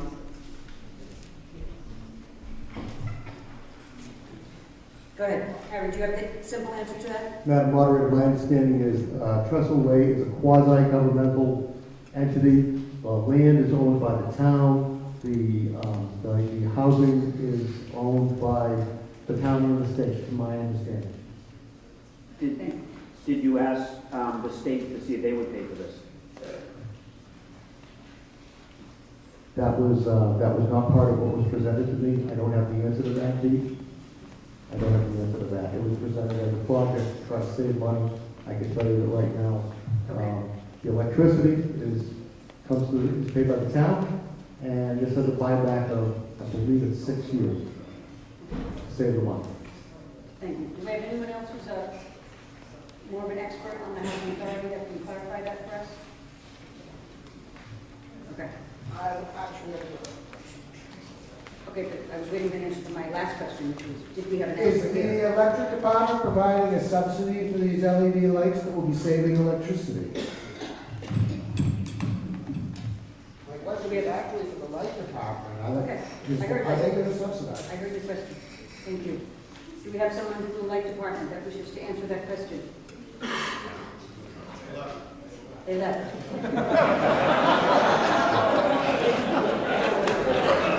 Sorry, I cannot give you the answer to that question. Okay. Are you, Mr. Flaherty, there's not a question on the floor.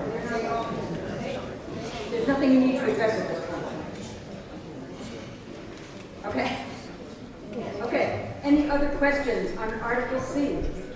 Housing Authority lights. Okay. All those in favor of Section C? Thank you. All those opposed? Thank you. Passes by majority. Okay. D, Community Preservation and Historic Resources category. Yes. Madam Moderator, I move the town vote to approve Article 14D and appropriate $16,000 from the Community Preservation Fund Historic Reserve Account for the purposes and subject to the conditions set in the warrant. Thank you. Do we have a second? Second. Wayne Snow? Okay. Any comments or questions on this section?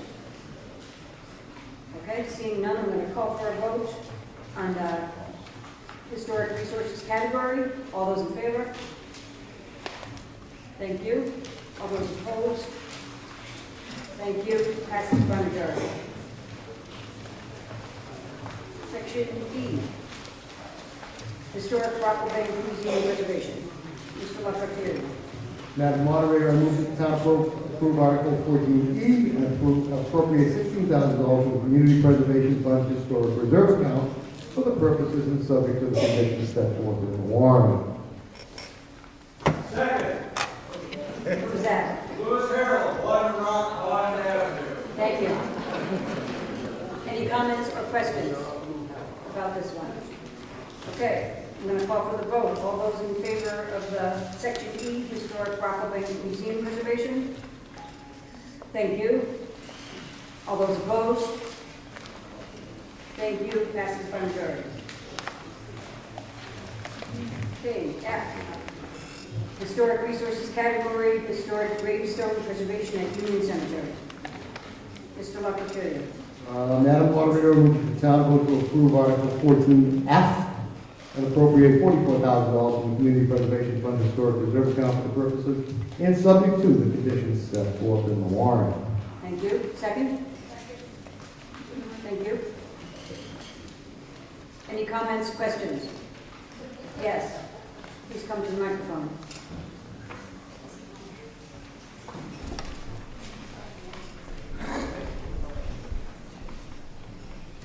I am George Kaminsky, 45 Old Jacobs Road. Thank you. Yes, Madam Moderator, I have a question on, there's a landscaping section, and I've been told that a number of trees are coming down, and I'm wondering if that's in keeping with the Union Cemetery Management Plan, which actually calls for more trees for screening and noise comfort. So I'd like to know if anybody from the Historic Commission can answer that. Okay. Is there anyone here from the Historic Commission that can answer that?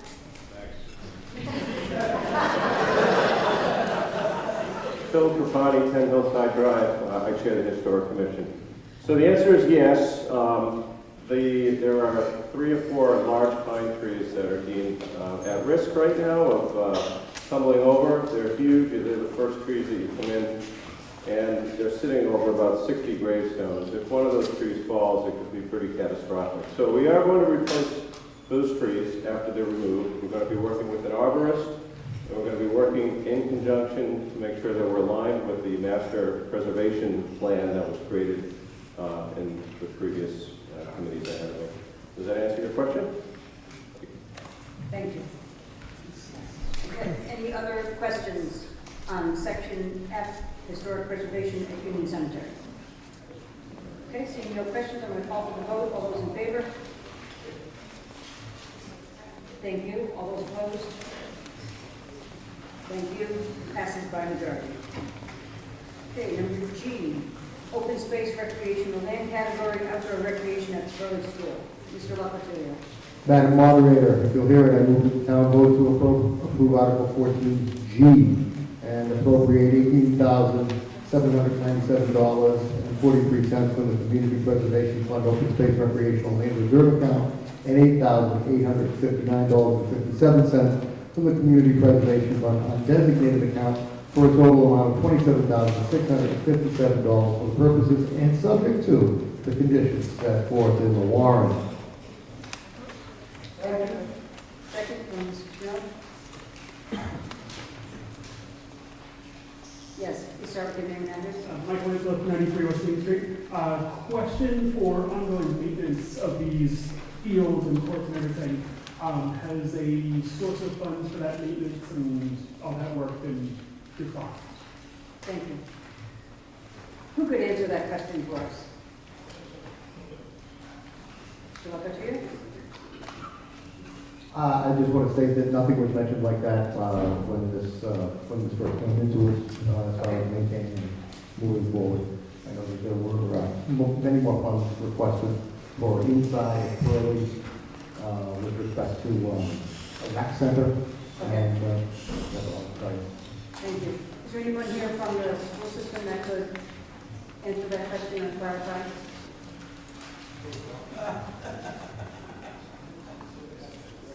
The reason for raising the question as a member of the school committee, we have not discussed any sort of funds, so I'm curious if the other departments have discussed it or made arrangements. Thank you. Did the finance committee have a vote on this? Yes. Finance committee voted for recommend all of these. Okay. So the finance committee do?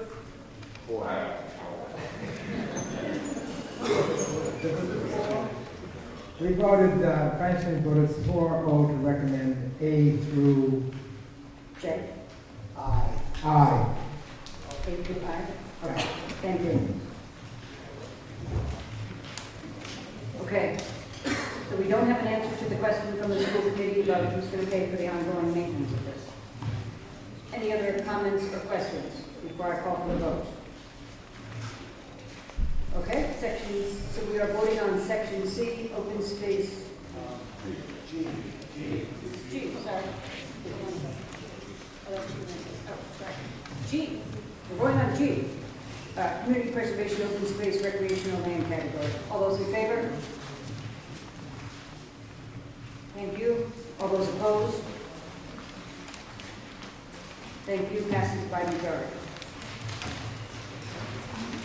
Okay, H, community preservation, recreational land, East Main Street active recreational land access and development. Mr. Lopatulio. Moderator, if you'll hear it, I move that the town vote to approve Article 14H and appropriate $200,000 to the Community Preservation Fund undesignated account for the purposes and subject to the conditions set in the warrant. We have a second? Second. Okay, second. Steve, were you raising your hand to speak or were you second? I think there was already a second on the floor. I'm sorry. I believe there was a second on the floor. Yes, there was. Yeah. Okay. Yeah. You have a question? All right, go ahead. Mr. Sadler. Yeah. And somebody provide what is the estimated remaining cost to get the fields done on East Main Street? Okay. Harry, did you hear that question or something? Jimmy's going to be answering that. Chair of the Okay. Park and Rec. Okay. So start with your name and address for us, please. I'll ask bid.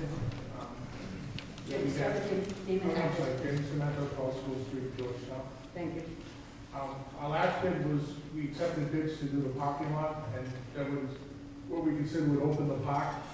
The lowest bid came in at $260-something thousand. We have $120,000 in our fund right now, so we could not go and open the park, so we didn't have money to meet the bid costs. CPC realized that times have gotten better, at 260 they actually come more.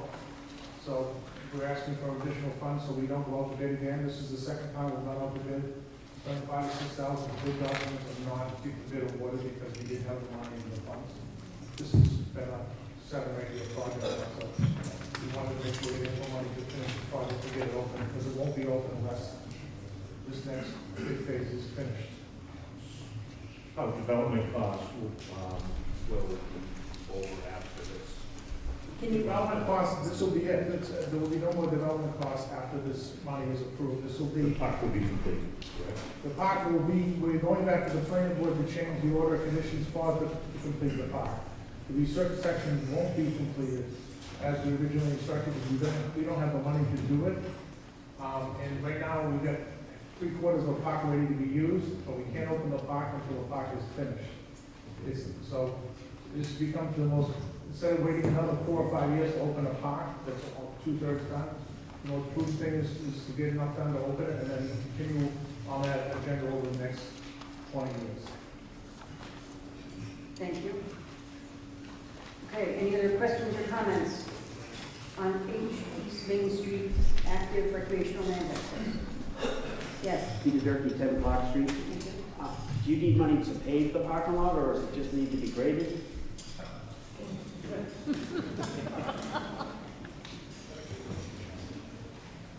got about 130-page bid document to get there. Speak into the microphone. It's got to be graded, it's got to be, the wetlands got a reclamation because of the wetlands under 5,000 square feet. There's got to be, it's quite extensive. The drawings are about 7 pages, and the bid documents are, you have to, the number of sub-material you use, the number of compactness. Whenever you go out to bid, it's a massive bid package. We're trying to cut it down to make it simpler, but, as Gail says, there's a limit to what the town will accept for a bid document too. They don't want it to be Mickey Mouse and not be complete. So we are, you are taking a beating when you have a really extensive bid documents, but you're also assured that you're getting good material and the project done right. You're welcome to look it over and make recommendations. Thank you. Anything else? Any other questions before we vote? Okay, so we're voting on Section H, East Main Street active recreational land access and development. All those in favor? Thank you. All those opposed? Thank you. Motion carries by majority. Section I, recreational land category, conservation land, preservation and restoration. Mr. Lefferts. Madam Moderator, I move that the town vote to approve Article 14I and appropriate $50,000 from the Community Preservation Fund undesignated account for the purposes and subject to the conditions set forth in the warrant. Second. Who said that? Peter Burns. Thank you. Okay, comments, questions? Just in time.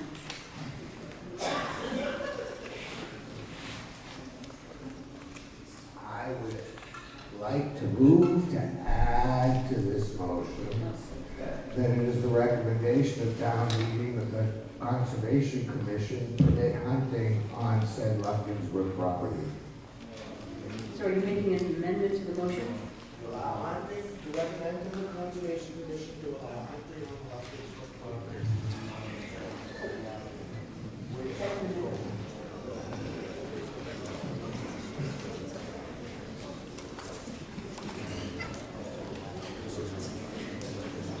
Second anyway. No, they're not. But they really should, because the next one time it's warm.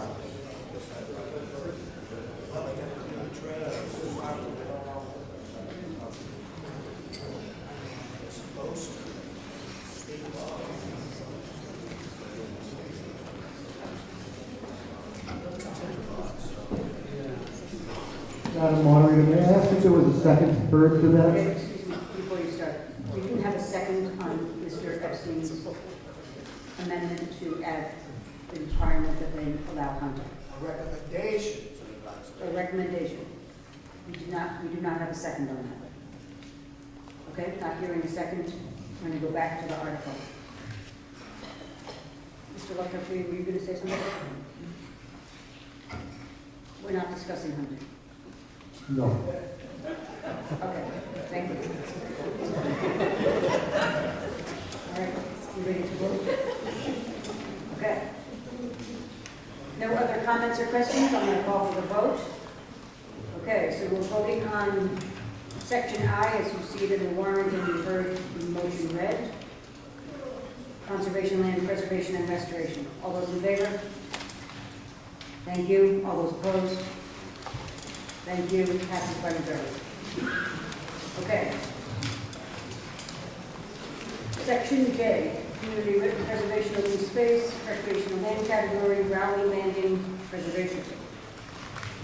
Madam Moderator, if you will hear it, I will move that the town vote to appropriate Article I'm starting over. I move that the town vote to approve Article 14J and appropriate $10,000 from the Community Preservation Fund, undesignated account, for the purposes and subject to the conditions set forth in the warrant. Thank you. Is there a second? I second. Who's that? Thank you. Get that? Okay. The finance committee voted to recommend this 3 yes, 1 no. Obviously, somebody must have voted stop. So the finance committee vote on this was to support this article, but voted 3-1. Yes. Hi, Ruth. I'd like a little explanation as to what this is for. This is the first time I've ever heard of Rowley Landing preservation, and there's no explanation as to what it's going to be used for. Thank you. Maybe for education. Ready? Here we go. At the end of this meeting, anybody wants a YouTube video, you can email me and I'll send it to you. So, in 1838, the town of Georgetown and Raleigh split. Georgetown became Georgetown, Raleigh became Raleigh. They shared couple of things in common. Thatcher's Bank, because they're Thatcher's, the Clam Flats, and the landing, because that's where they got goods from the ocean. So from 1838 until 1987, that agreement was honored. And in 1987, we were kicked off the landing. And then about a month goes by, and we notify Raleigh that they can't kick us off the landing that we own. We own it in common with Raleigh. We're not guests. We're not invited. We share the Clam Flats and the landing. 2009, Raleigh put a motion into town meeting to kick us off permanently. 2012, the town of Georgetown, and this committee got historical lawyers to do some historical research, and they said we still own it outright. This money is trying to be used to negotiate with Raleigh, to try to get the landing back. You can all use your you get the Clam Flat rights. It cost them $3 to launch from Raleigh Landing. It costs you $35 to launch from most other places, or $50. It'd be better for everybody in Georgetown, when you go to sell your house, to say, we can also have access to the ocean. That is Georgetown's access to the ocean. If you take a 16-foot boat, you go out to Cranes Beach and come back. We did it as kids. We went clamming, we did lobstering. You won't be able to do that now. I'm trying to restore these rights back to the town of Georgetown, right that we should have now. Okay. Before you speak, Mr. Epstein, we have someone at the other microphone. Before you speak, thank you. Yes, Mr. Kaminsky. Yes, Madam Moderator. I'm wondering, are we looking at the same physical spot that where Raleigh Landing was located in 1838? Because my understanding is that the current Raleigh Landing was sold by a private landowner, and the town of Raleigh sold their town land to Pearly Marina. And it was done by legislative act because it was considered a conservation land, required special legislation to have that done. So are we looking for a specific Raleigh Landing that doesn't exist anymore? Or it could be that the Raleigh Landing in 1838 might have been not on Warehouse Lane, but maybe further up on Railroad Avenue, so, you know that answer, Jim? Okay. The lawyer addressed that, and when we had our meeting in 2012, they said even though they moved it, we still retain rights because they sold property that was ours, and they moved the property to another location. So, yeah, we still, even though they did possibly move it, we still retain the rights. Thank you. Does that answer your question, Mr. Kaminsky? Yes. Thank Yes. you. Thank you. Okay, Mr. Epstein. Is there any judgment of a court of law that says that Georgetown still has rights?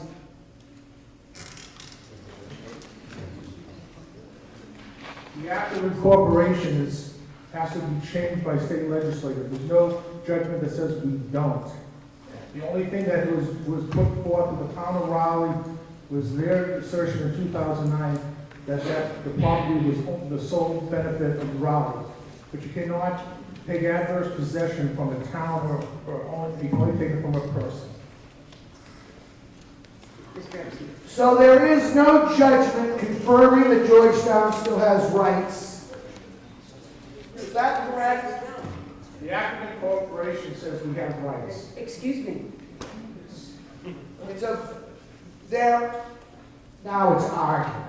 There is no judgment confirming that we still have rights. This, in my opinion, is throwing money away. Thank you, Mr. Epstein. Okay, any other further, yes, sorry. Yes, I do. I have another question. Smisky, 45 Old Jacobs Road. I know we've already spent money to have research done. We're looking to spend more money. Do we have any idea how many people besides Jim Demento would actually be using the landing, the clam flats, and the batch bank? Can maybe I have a show of hands since we can lie here in this audience, how many people would actually use these? Okay, that's what I asked. Thank you for raising your hand. Okay. All right. Any other quick? Yes. Okay. Settle down. Settle down. We still have more work to do. Excuse me. Don't do that. Thank you. Yes. I'm sorry. Were you in line first, Gary? Okay. Go ahead. He's ceding to you. Gary Fowler, 493 North Street. Past Commodore of the Rowley River Boating Association.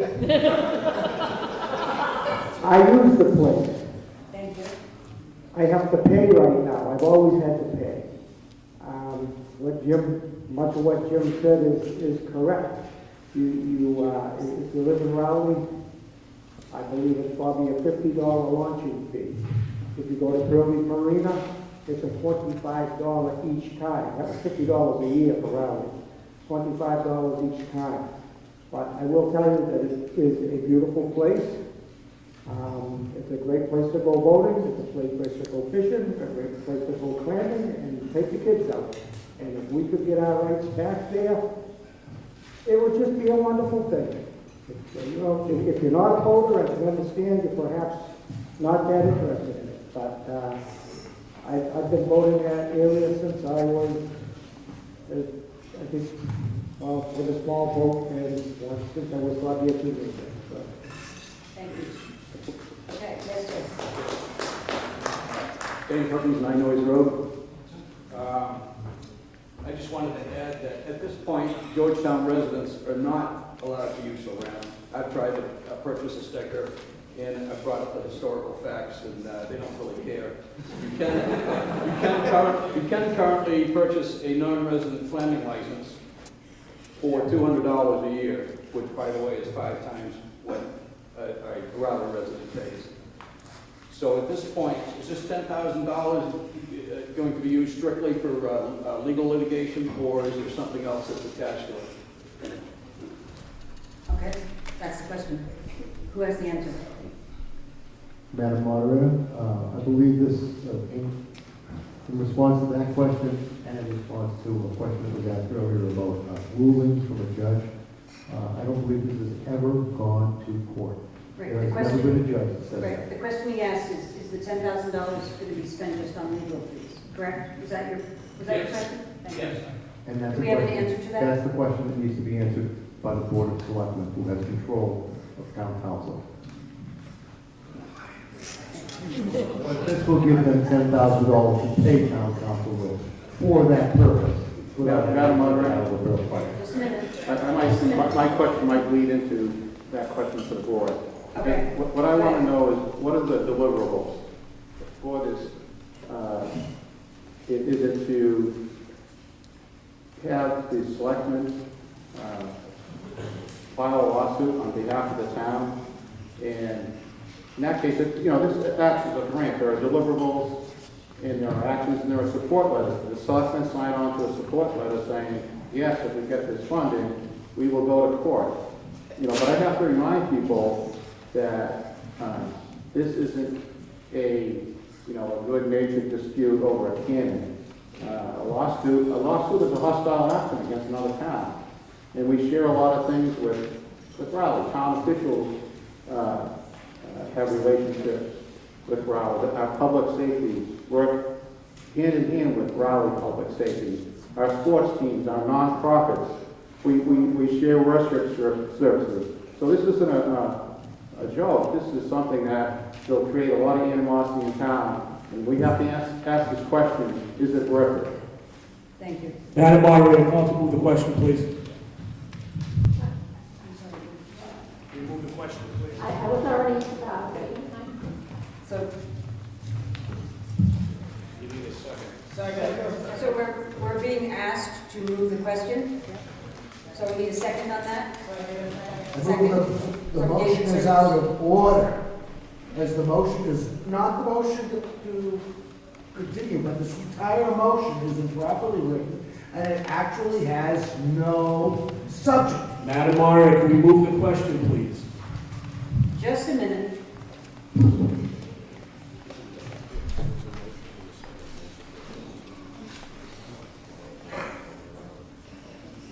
All right, so we're going to vote to move the question. This requires a two-thirds vote. So we are asking you to vote first in favor of moving the question to a vote. All those in favor of that, please raise your cards. Okay, those opposed? Okay, so the motion to move the vote passes by two-thirds. Okay.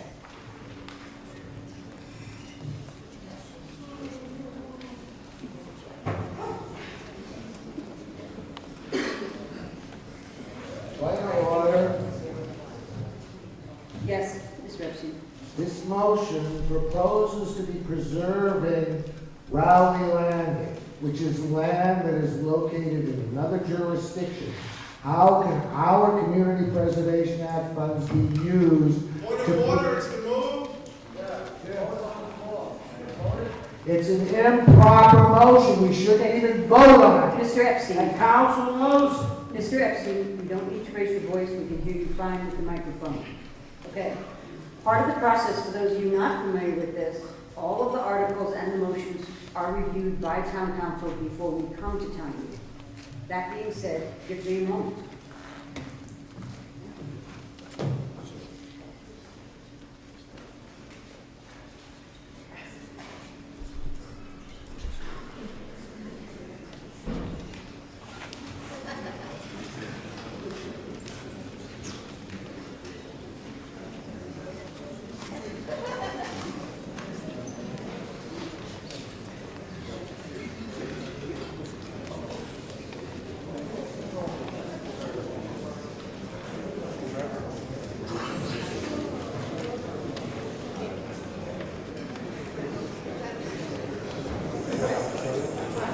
All right.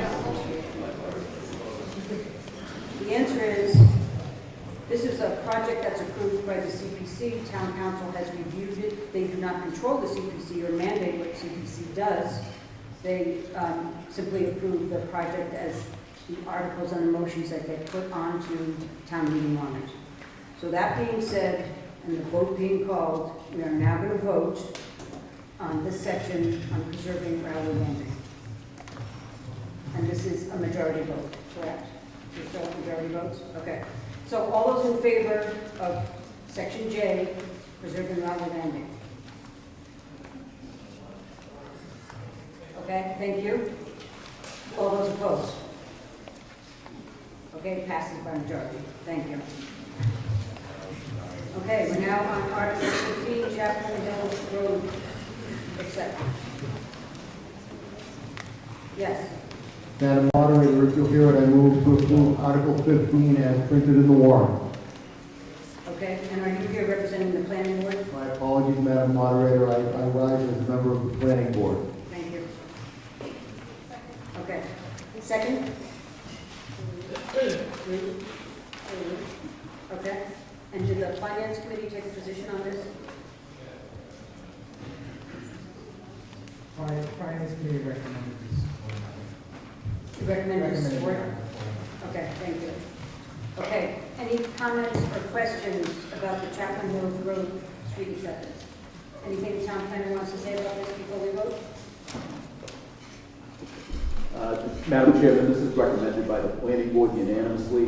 Chaplain Hills is a long-standing roadway that is ready for application or acceptance by the town. Thank you. Any other comments, questions? Okay, so we're now going to vote on Article 15, the acceptance of Chaplain Hills Road. All those in favor? Thank you. All those opposed?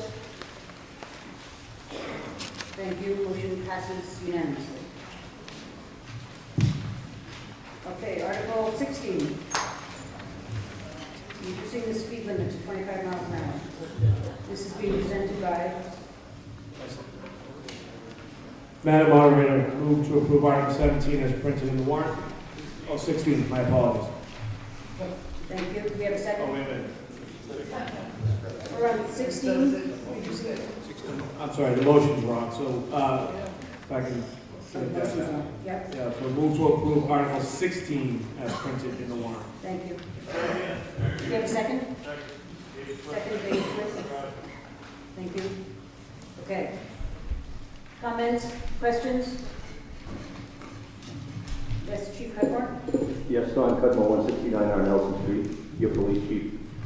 This article has been presented by the Board of Selectmen, as folks know, who live in our community. My apologies for standing behind you. Probably the number one complaint that we deal with as a police department is speeding complaints, specifically in our secondary roadways, our tributary roadways. And currently, right now, the speed limit in Massachusetts in a thickly settled area is 30 miles an hour, whether it's posted or not. So in 2016, in order to facilitate cities and towns to change that, the modernization bill, as that summary that I put in the booklet there, outlines that if the city or town elects to pass that modernization bill under Chapter 90, Section 17, we can change, without that legislative approval, our speed limits where it's 30 miles an hour to 25 miles an hour. Now, there's a couple of steps that have to take place, obviously. It has to be approved.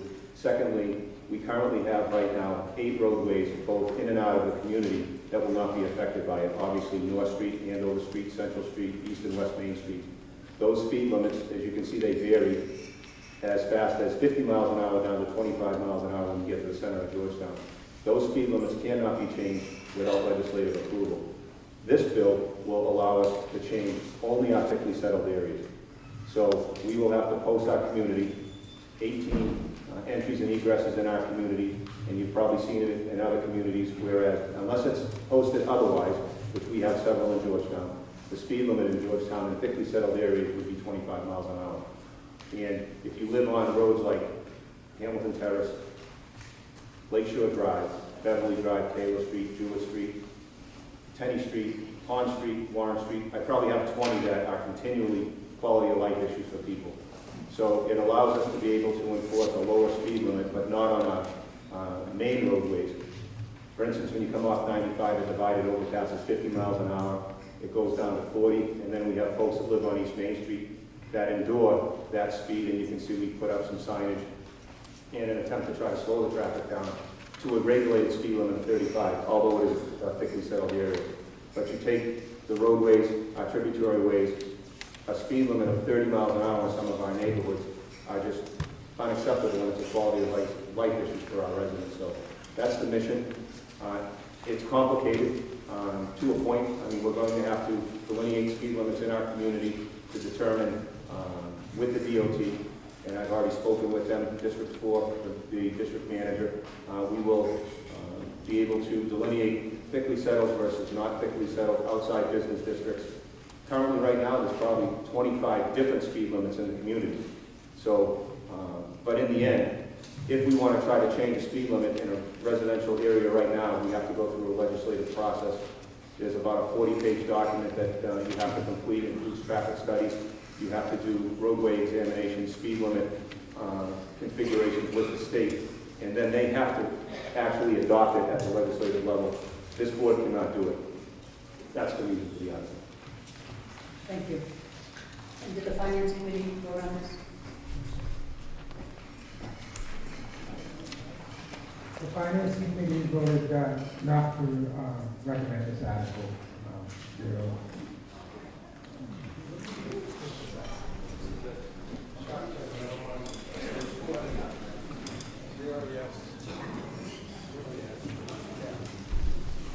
Zero yes, 4 no.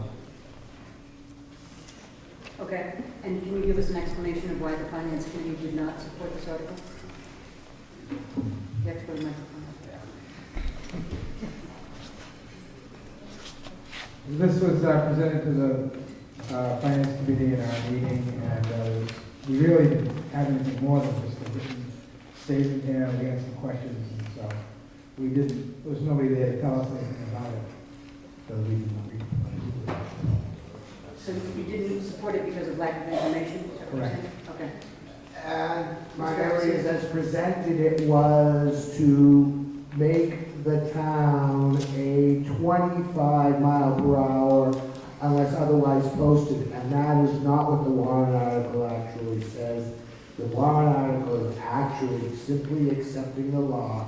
It will be up to the selectmen to have a vote to determine whether they want to go 25 community-wide or whether they just want to isolate various roadways that are of particular concern based upon the complaints that the chief is getting.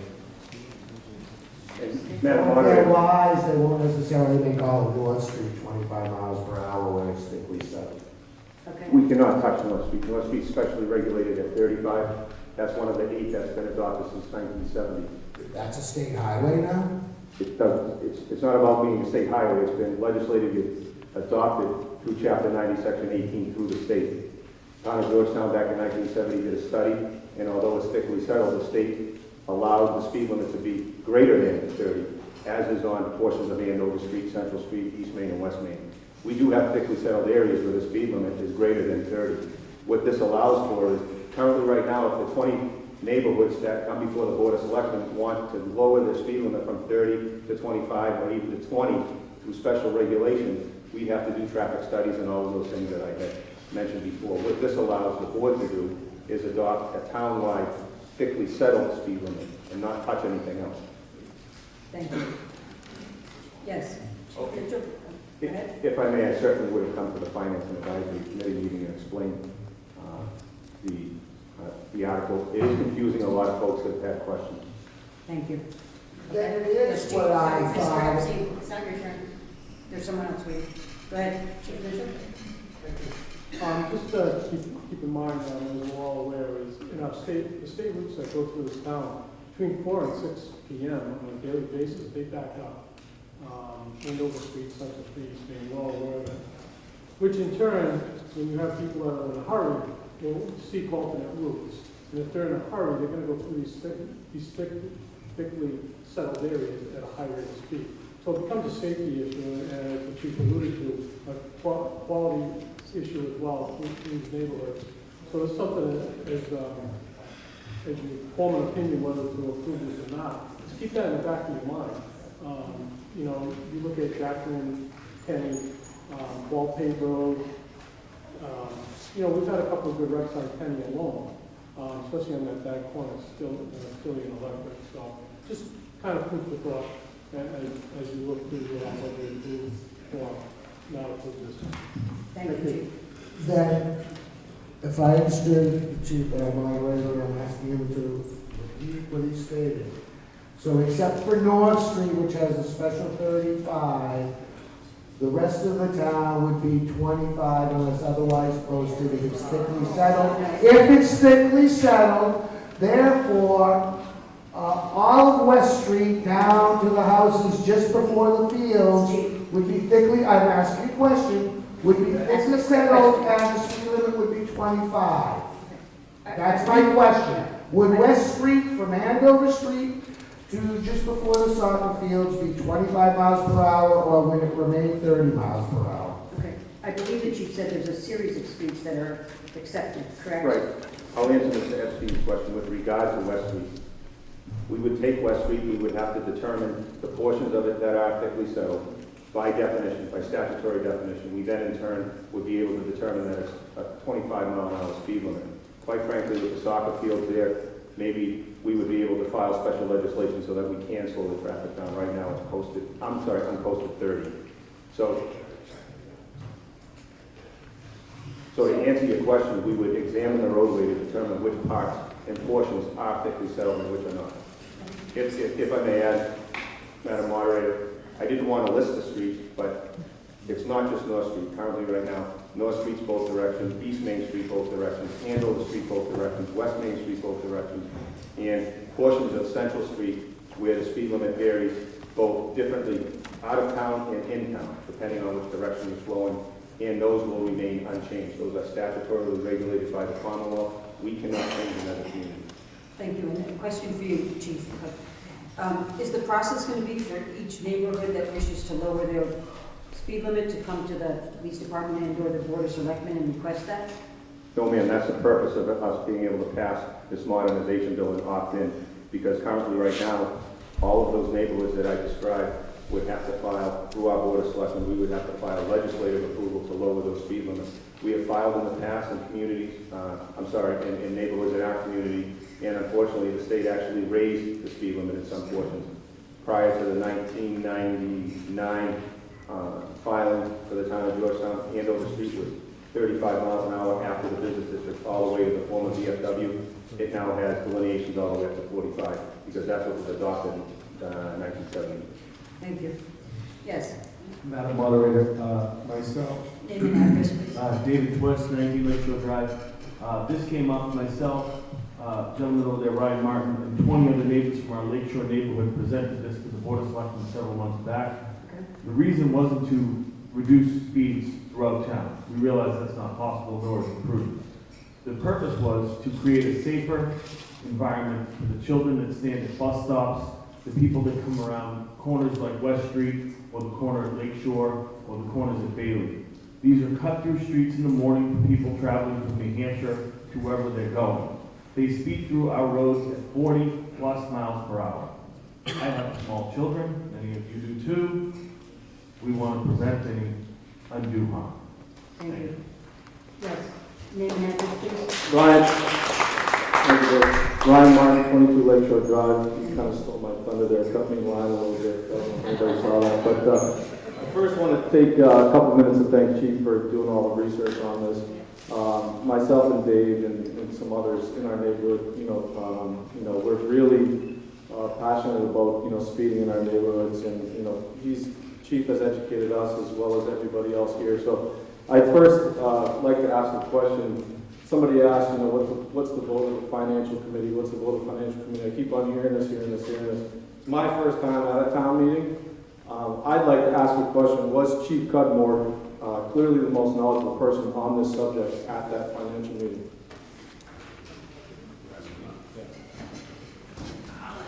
No, it's all right. It's all right. I was not at that meeting. Thank you. There it is. Okay. Any other comments or questions before we call for the vote on this? So we're voting on Article 16, reducing the speed limit. You have to choose your section.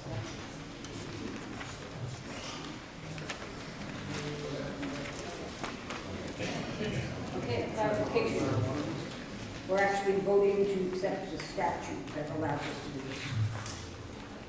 Okay, all those in favor? Thank you. Opposed?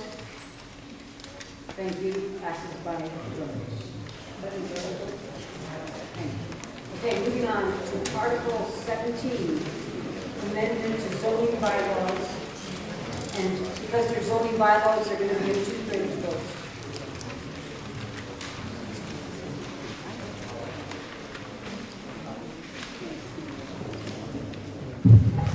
Okay.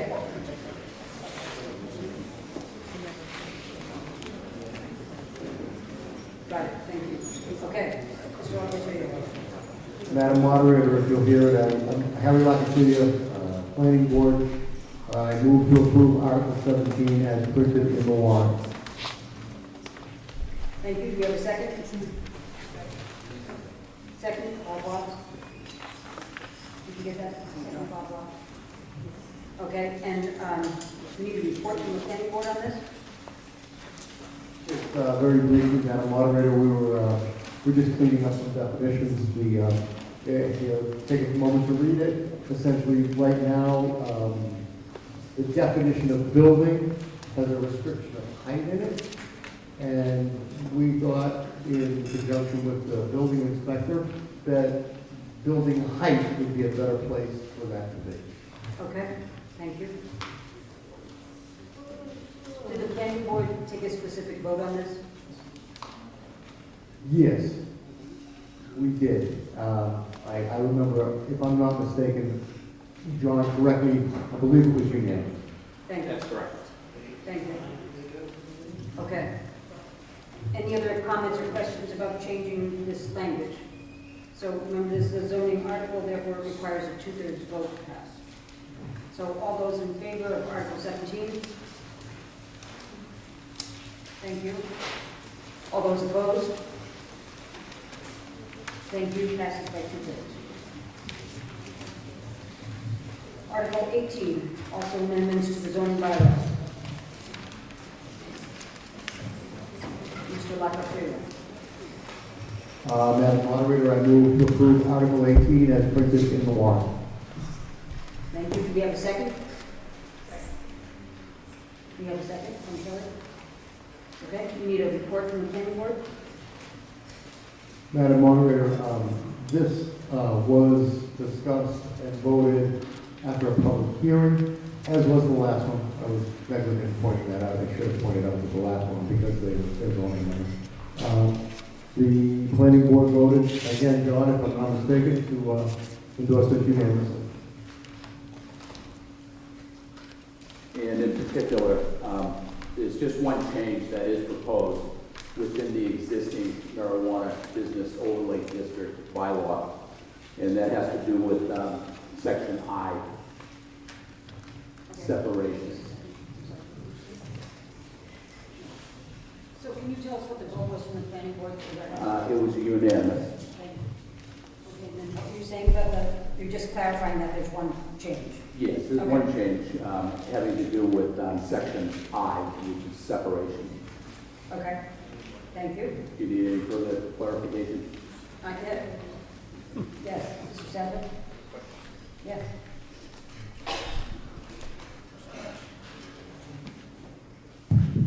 Steve Sanders, Heaven Hillside Drive. It's my understanding that if we pass this article, this will allow for more. Speak into the microphone. This will allow for more cannabis operations closer together within the overlay district. It's also my understanding that some of the cannabis companies already found a loophole where the separation between the businesses, because of school-age kids congregating, also apply to a competing marijuana business. Is that correct? Well, that just begs to differ a little bit, Mr. Sadler. What this provision will allow for, and it's under strict accord with the zoning regulations. I'll just read it real quickly. The distance requirement may be reduced by a supermajority vote of the planning board, the full planning board, but only if, and this language already exists, subsection 1 and 2. If the applicant demonstrates that the marijuana business would otherwise be effectively prohibited within the municipality, and number 2, with regard to locations protected pursuant to section 165, 161H, in parentheses, 1 through 15, in parentheses, the applicant demonstrates that the marijuana business will employ adequate security measures to prevent diversion of marijuana to unauthorized minors. The problem with the present language, it requires 300 feet of distance, which effectively renders there are 72 lots within the marijuana business overlay district that presently exist. As the language presently reads, only 16% of the 72 lots would allow for marijuana businesses. And again, this is strictly the broad spectrum of allowance of marijuana businesses within the state statute. We're not talking about businesses that would be retail oriented.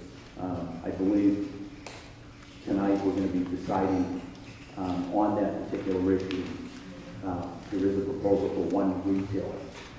So this is for the broad spectrum of allowed marijuana businesses, and there are I believe nine different variations of marijuana businesses that are allowed by state statute.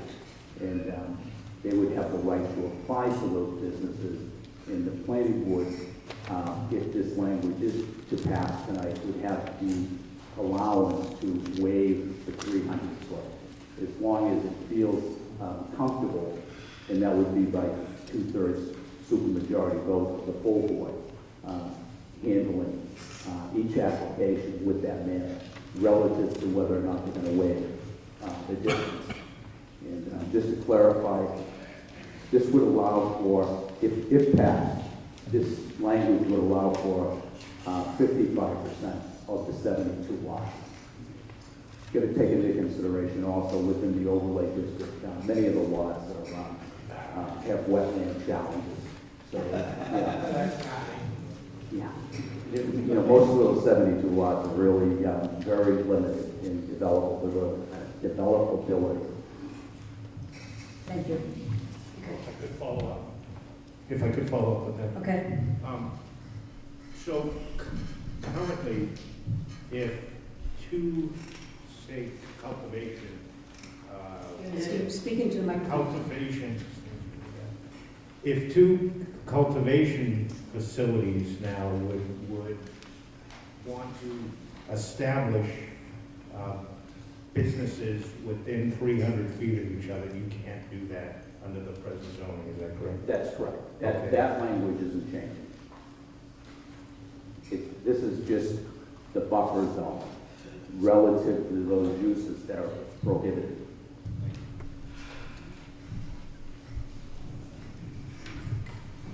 Yes, Mr. Rushing. Question might be better directed to town council. I believe the planning board consists of 7 members. 9? 5? Okay. So wait a second. Then isn't the word full? Steve, just a minute. What's the answer to the question? My How many no, I was not talking to you for a second. What's the answer to the question of how many members there are on the planning board? Now I know it's 5. Thank you. Okay. That's not my question. No, That- Steve, just a minute. I was clarifying for the audience. Okay, now we know the number's 5. Go ahead. And the supermajority would therefore be 4. Town council?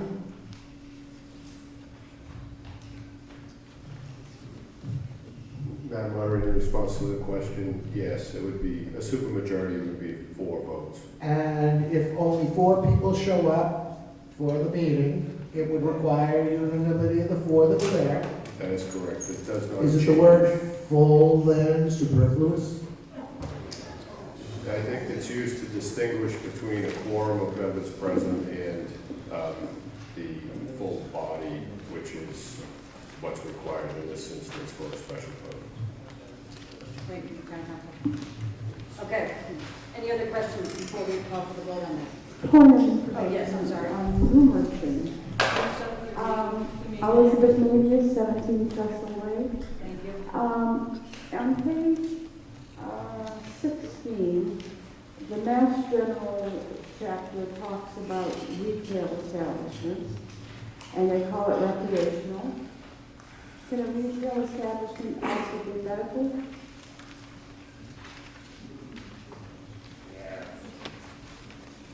And which is Healthy Farms?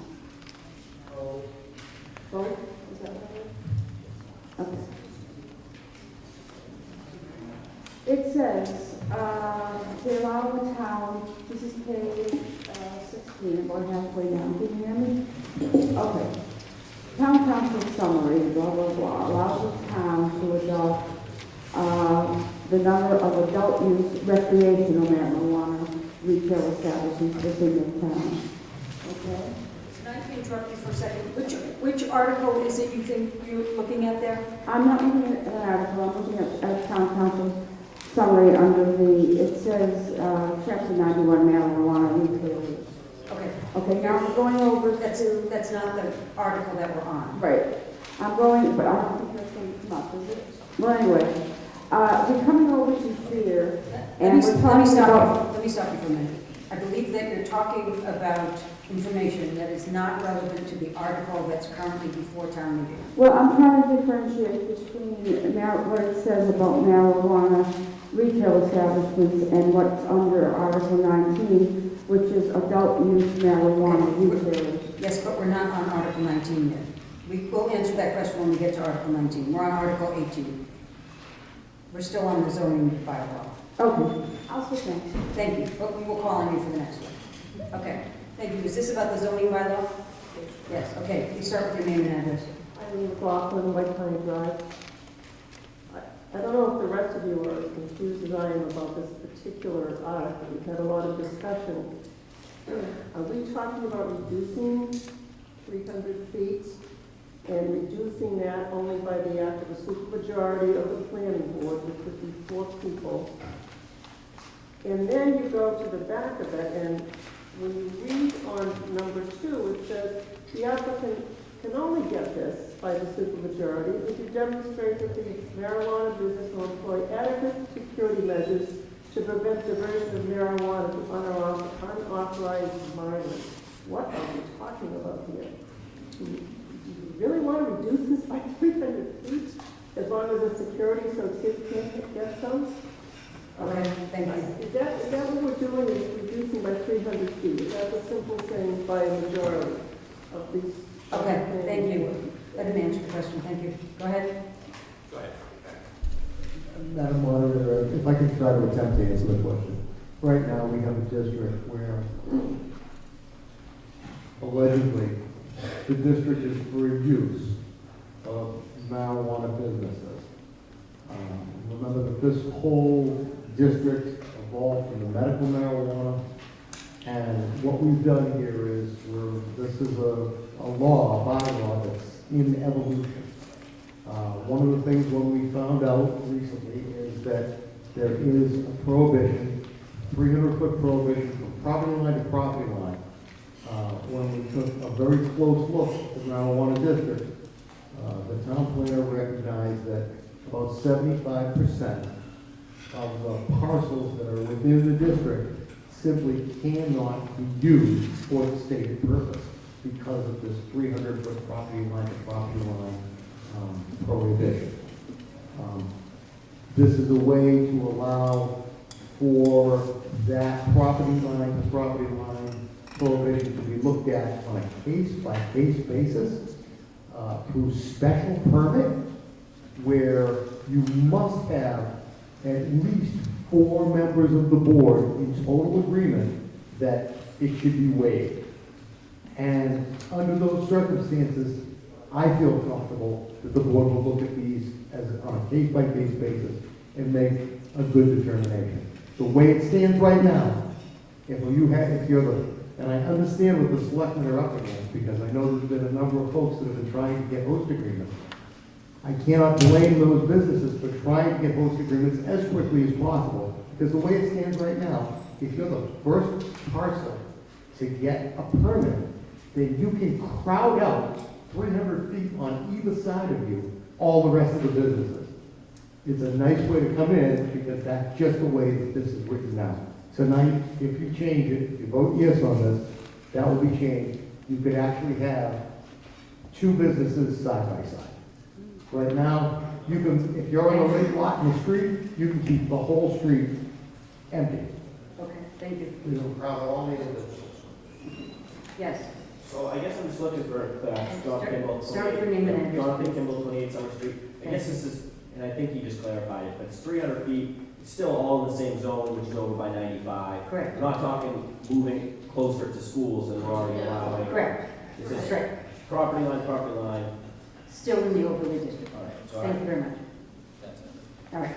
Any other questions or comments before we move the question? Yes. Elizabeth Maybe, 17 Gilford Road. So if we vote, yes, we can decrease this from 300 feet to what, 250? To whatever. How many businesses would be able to come in, and what would these businesses do?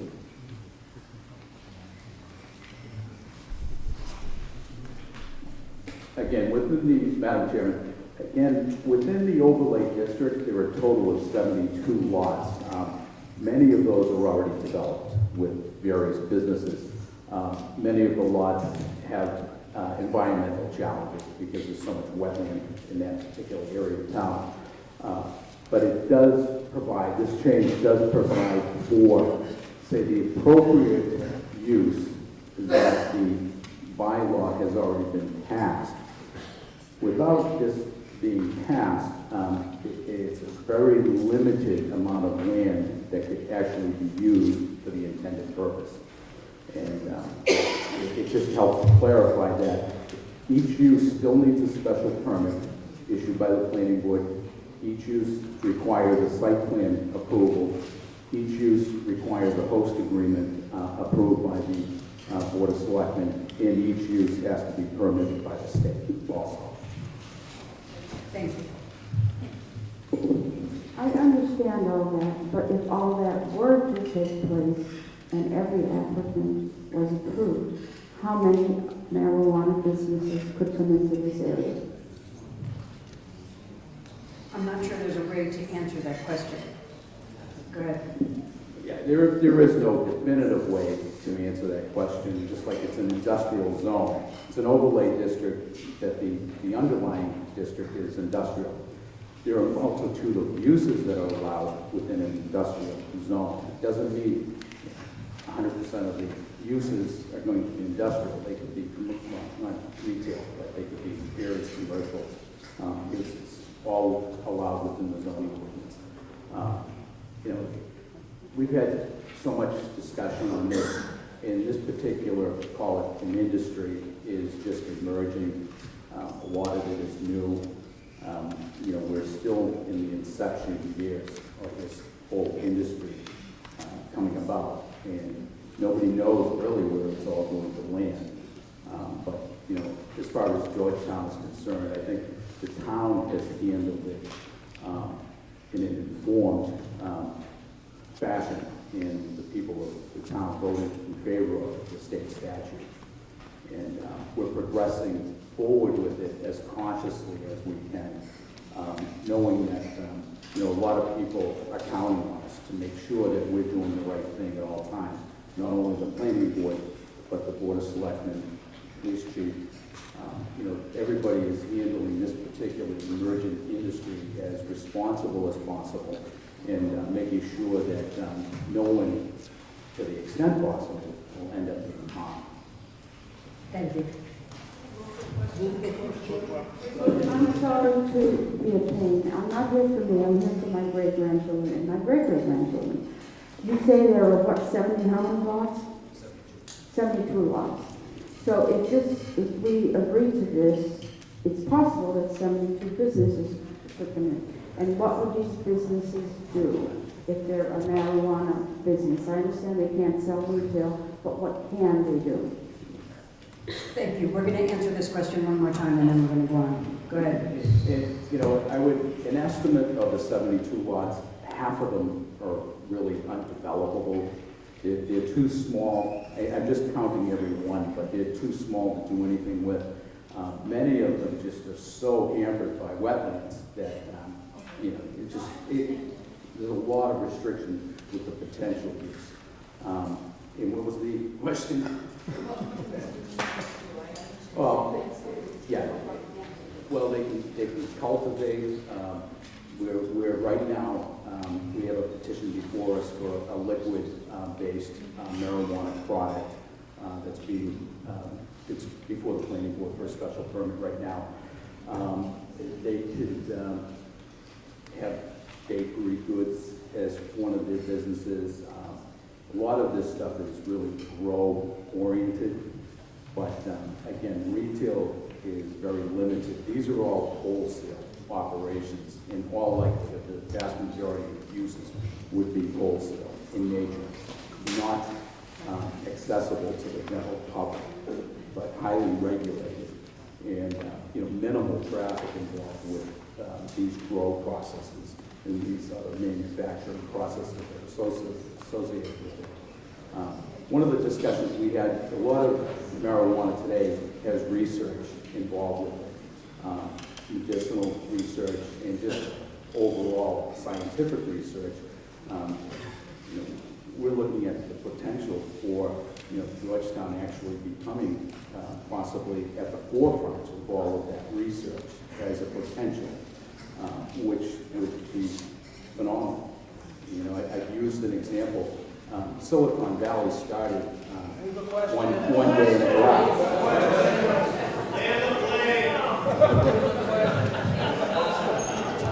Okay, we're going to have one more comment and then we're going to vote. I just have a quick comment here. So, just so everyone understands, a marijuana overlay district that we voted no. And I think that that's an important distinction that we need to make. Is just because we say it's an overlay district doesn't mean we have to flood that whole district with that type of business. Thank you. Thank you for clarifying that. Okay, we're going to vote on the question. So we're on Article 18, amendments to the zoning bylaws, requires a 2/3 vote. All those in favor? Thank you. All those opposed? Okay, it passes by 2/3 vote. Okay, Article 19. This is a motion by the Board of Selectmen on limitation on the number of adult use marijuana retailers. Madam Moderator, move to approve Article 19 as printed in the warrant. Thank you. Do we have a second? Second. Got it? Okay. Do we report from any boards on this? Did the Finance Committee vote on this? The Finance Board voted to recommend this project 0 yes, 4 no. Okay, can you give us an explanation why the Finance Committee did not support it? Basically, for the same reason as speaking. Nobody showed up to really explain any of this stuff to us. Okay, so based on lack of information. Report from the selectmen. Okay, hold on. Steve, hold on, you're not next. I understand that. Yes. Report from the selectmen. The selectmen voted 2-2 on this. I was not present at that meeting, but I would have voted in favor of it. But the idea, I think, was, you know, following the master plan and the economic development strategic plan, wanted to put some type of limitation so we don't saturate the town with one specific industry. And that, I think, was, and I can't speak for all the board members, but that, I think, was the general consensus. Thank you. Anybody else on the Board of Selectmen want to address it? Okay. Mr. Epstein. Currently, under the zoning bylaw and the bylaws that we have accepted so far, there could be no more than 2 retailers in town. This reduces it to one retailer. Mission or Healthy Farms, whatever they end up being, would, if this passes, be the only retail business for marijuana in this town. That is like saying, Crosby's, give back your beer and wine license. Johnny's, give up your all liquor license, because Georgetown Liquors is all we need. We don't need to restrict it. It's called a market and a free market for a reason. A businessman who thinks he can make it as a retailer in Georgetown will apply for the location. He may or may not fail. He may or may not get his license. But it's not for us as a town meeting to say, no, one's enough. We've already limited it to 2, which we can do so under law. But to tell everybody else who might want to come in as a retailer, Georgetown's closed because Mission's already here, or Healthy Farms is already here. That's not how a market works. Let the market work. If we get a second applicant, great. We may end up with a little bit more excise tax collection because we have 2, because they will provide different choices for the consumer. But by caveat, just go down to 1. Yeah. We should only have 1 tobacco seller in town by that logic. We should only have 1 gas station in town by that logic. Okay, thank you, Steve. David, sir? Yeah, quick question. If we do pass this, are we within our rights as the town, and would we be subject to a challenge by the Attorney General? Because I know that there's been some lawsuits among some of the towns where they've limited the marijuana to the point where there's been some challenges and they've been forced to reverse their decision. So are we well within our rights to do this? Thank you. Town council, do you want to? Town council's going to address that first.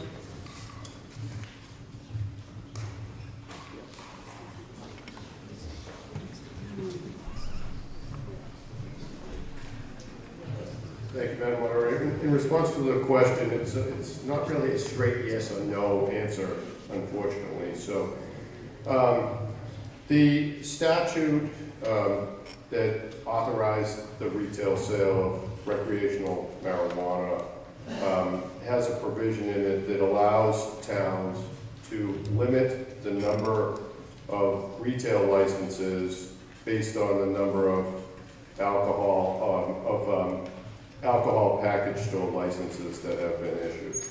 So at the present time, the town of Georgetown has issued 2 all alcohol package store licenses and 1 beer and wine license pursuant to General Laws, Chapter 138, Section 15, which is the applicable statute for package store or off-premises consumption alcohol licenses. The town also was a yes town with respect to the ballot question that authorized the legalization of recreational marijuana. So by statute, you can limit the number of retailers to 20% of the number of licenses issued in the town for under Chapter 138, Section 15, for the sale of alcoholic beverages not to be drunk on the premises. Here, the town has issued 3 licenses in total, and there are 4 more beer and wine licenses that are available. So, as you saw from the warrant and presumably from the ballot question as well, the question arises whether or not, for purposes of determining the 20%, you use the actual number of licenses that have been issued to date, or is it the number of licenses that are available? As I think we all know, this is a new statute in an emerging industry. There has been no clarification with respect to that particular issue. So, in response to the question, there's essentially a couple different options that the town would have available. Here, the option that was selected was to choose to limit the number of retail licenses to one, and also include a ballot question in the event that it's determined that the 20% is calculated based upon the number of licenses that are available and not just the number of licenses that would be issued to date. If you go by the number of licenses that have been issued to date, you have 3 licenses issued, so if you take 20% of 3, it's less than 1, which would round to 1. If you use 7 licenses, 20% would round to 2 under those circumstances. So here, what was chosen in light of the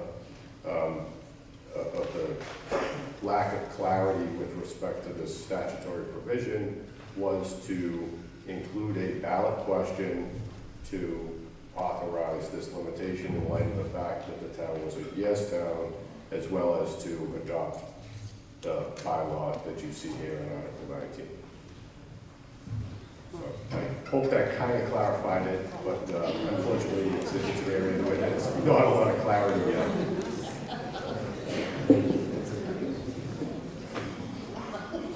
Okay. Madam Moderator, I just have a question. I'm wondering, in this warrant article, where is it authorizing the question to be put on the ballot? It's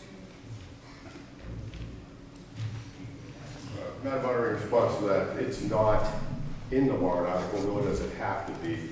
It will be on the warrant. If you look at the election warrant, it is on there as determined by the Board of Selectmen. It's on the ballot.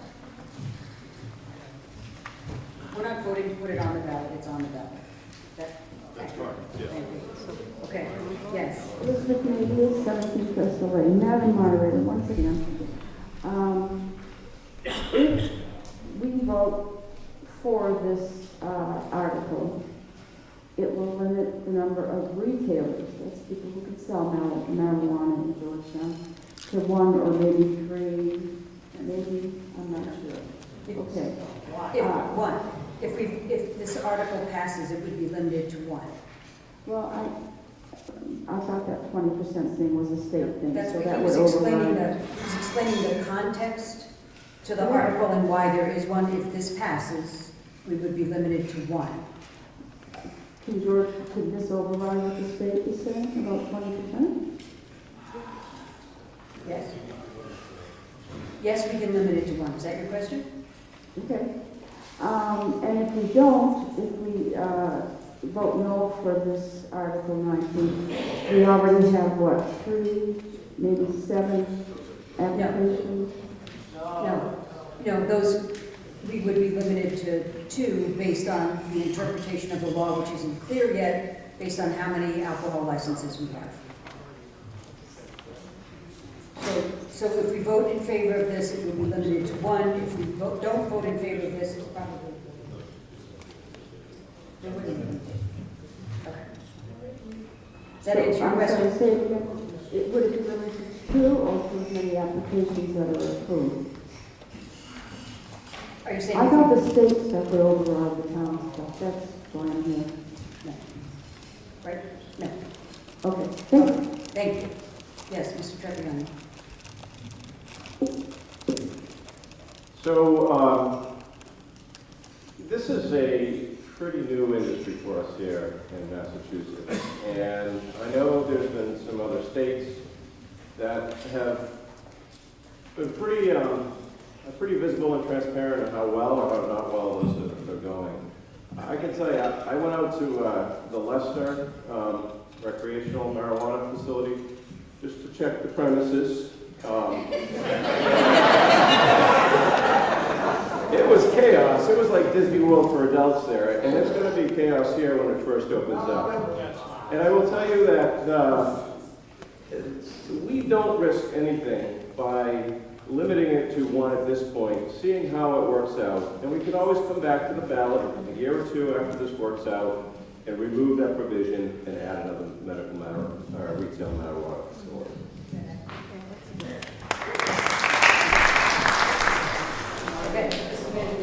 Thank you. I have one question that maybe town council can answer. Right now, the planning board has approved 2 retail businesses for for one building, one owner. Okay, please. One is medical and the other is recreational. Is that considered one or two Thank you. right now? Thank you, Madam Moderator. The definition of retail is retail for recreational purposes. It's a separate definition from medical.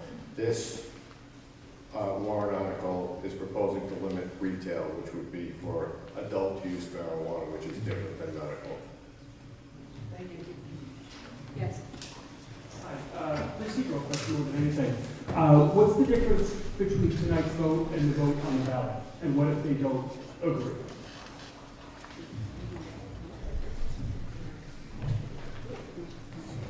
Thank you, Madam Moderator. That's an excellent question, and it doesn't have a straightforward answer. So as I had indicated, the law in this area is evolving. There haven't been any cases yet that have established specifically how you calculate the 20%, and that's really what it comes down to. So for purposes of what the language in the statute says, as it's currently drafted, says that the 20%, the 20% is determined based on the number of licenses issued for off-premises alcohol consumption. Right now in Georgetown, as of today, the number of licenses for off-premises consumption that have been issued totals 3. So if you were to take 20% of 3, that would be essentially 1 when it's rounded. The number of licenses available is 7, which would be more than 1. Since Georgetown is a yes town with respect to the original ballot question to legalize recreational marijuana, if you go below 20%, then it requires a ballot question. So here, an argument could be made that if you look straight at the number of licenses issued, and this warrant article passes, but the ballot question fails, there's an argument to be made that it would, in fact, this article would be effective to limit it to 1. If, however, it's challenged or if the number of licenses that ultimately get issued by the town increases to the full amount of 7, then it would, and the ballot question failed, but the warrant article passed, there's a question as to whether or not it would be enforceable or not. That's why both were. Lost in this smoke, Madam Moderator, is that this town meeting, just last year, voted to allow 2. And the issue is really we're having a do-over here. And the law does require that we also pass it by plebiscite, because we're reducing what we have already agreed to allow. It doesn't really have to do with the 7, which would be 2.1 or whatever, right? Well, 1.4. That's right. It's late. Yes. So, we agreed. This town meeting agreed. Let's give 2 entities a chance. So why are we here a year later, reducing it to 1? Thank you. Okay, thank you. Oh, yes, I'm sorry. Bob McWicky, 106 Pond Street. If what I'm hearing is right, it sounds like the ballot question and this issue is redundant. They're going after the same thing. And seeing as how we got such a small percentage of the town population here tonight, I don't understand why we're not just leaving it to the ballot.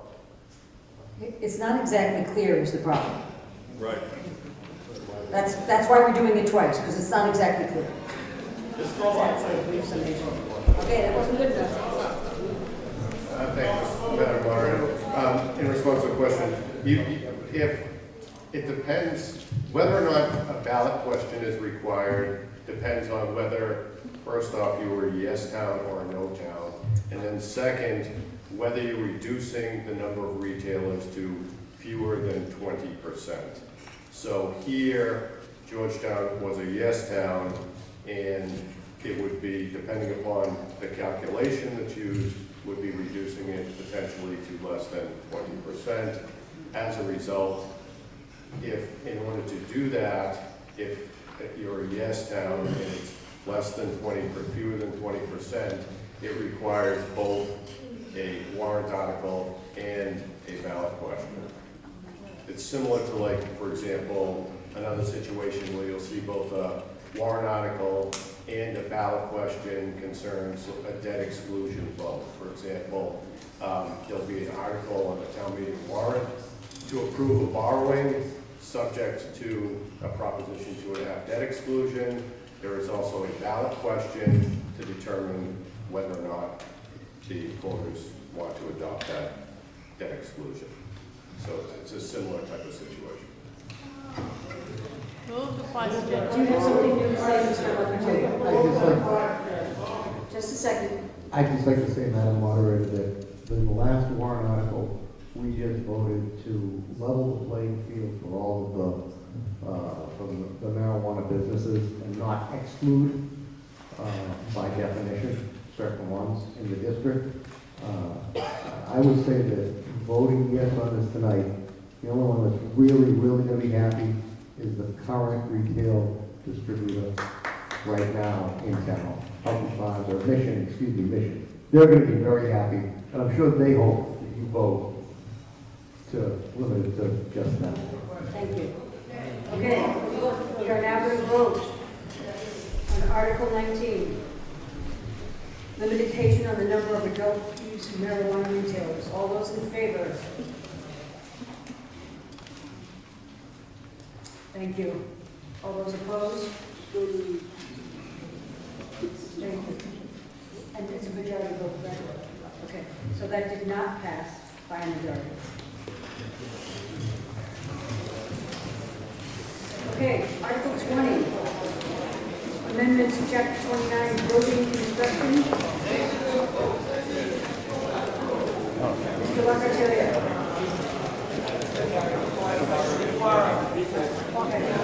Excuse me, for all of you who are leaving, excuse me. We still need 100 people to conclude the town's business. We only have a couple of articles left. We have one more article. We still need a quorum. Last one, this is easy. Okay. Mr. Locatilia. Madam Moderator, if you'll hear it, I move to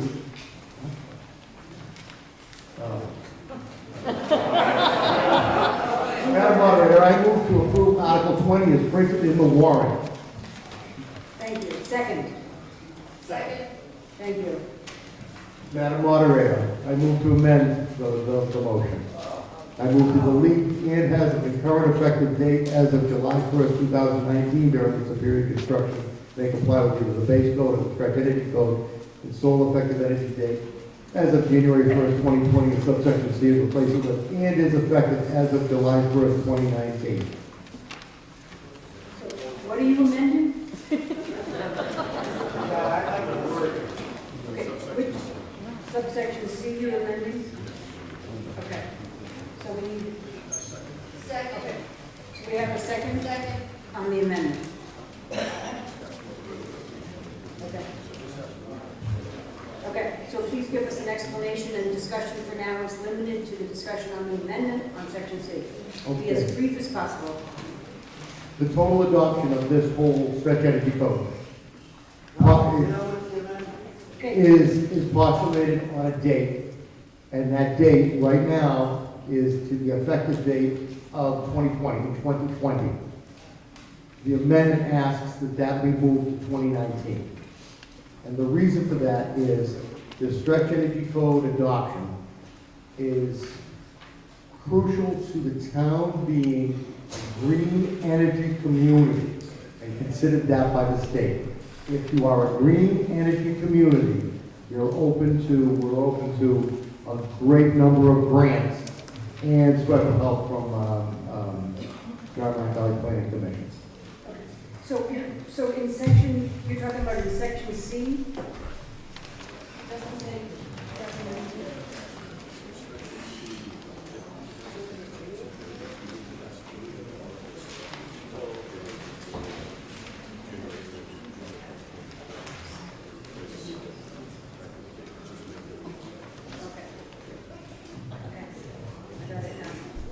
Okay, so did we have a second on the amendment? You did, yes, thank you. Okay. Town planner, did you have a comment on the amendment? Yes. Okay. Okay, so subsection C of this particular article, and it's the second paragraph.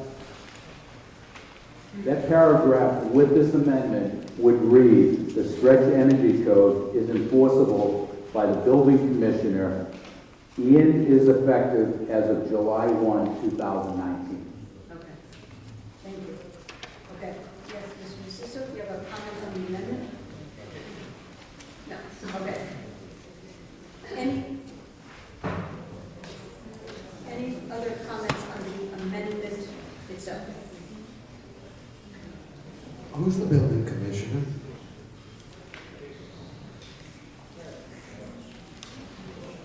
Can we have the name of the building commissioner? The building commissioner? Is that the problem? I do have a problem with the foreign word coming into our code.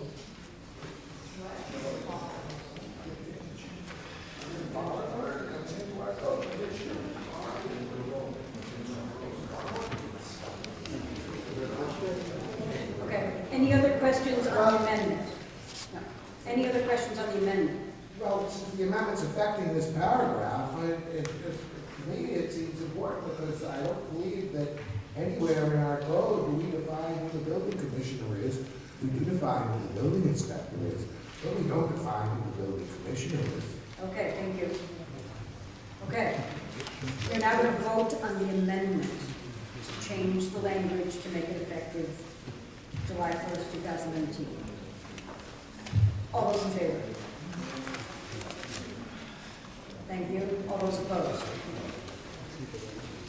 Okay, that passes by majority. Okay, so is that the majority amendment? Yes, it is. Okay. Right. Now we are back to the article as amended. Mr. Sisto, do you have a comment on that? I do. Thank you. I own Steve Cisco, 15 School Street. Been a realtor for 45 years. I don't like having the added restrictions that would be imposed on our residents, not only in new construction, but also if you read the 8-page, I don't want to call it instructions, but that followed along with this ordinance. That was, if you went in and you printed it out of the warrant online, you would have seen an 8-page, who's affected and whatever.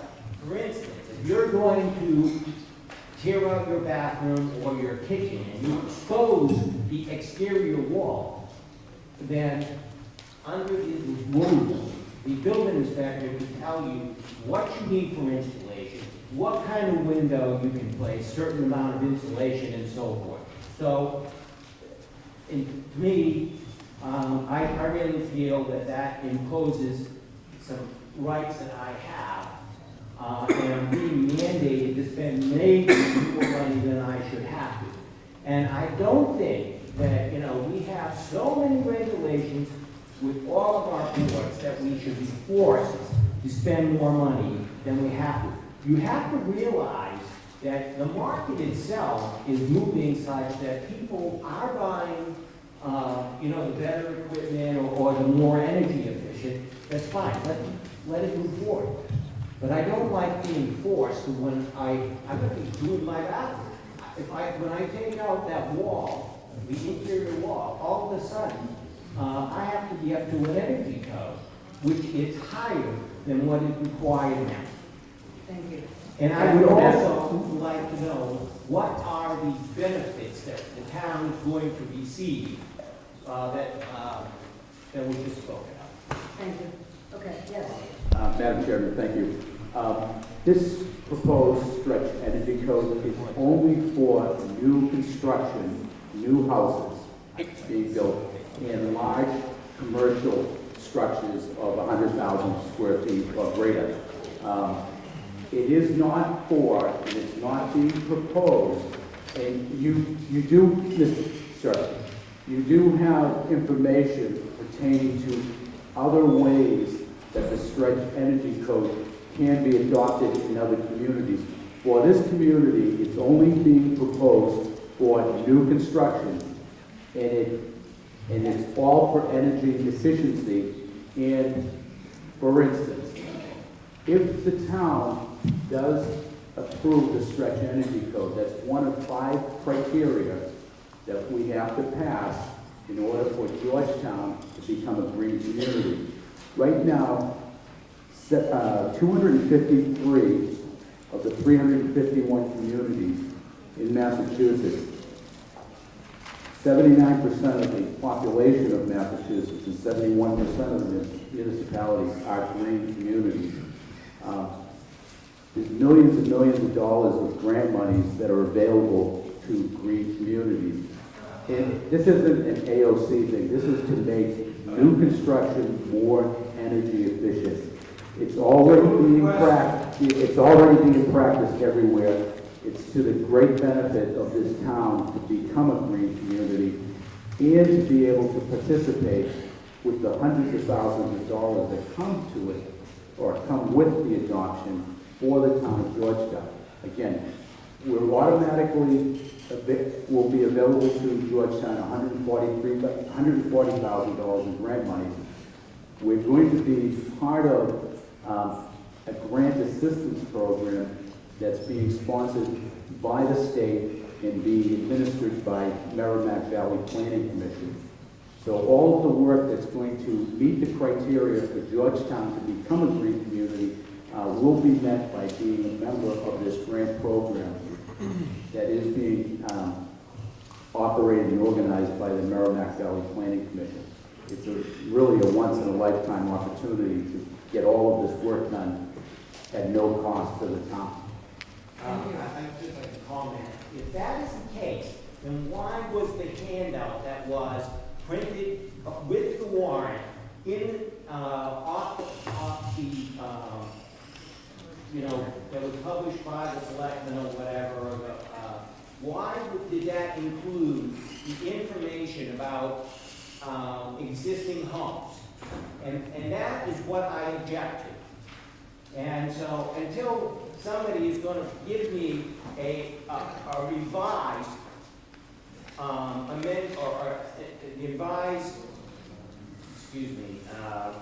a revised thing saying it doesn't pertain to existing homes, then I don't see how you can tell us that, because what is here in this this proposed amendment is very vague, and it doesn't just say new homes.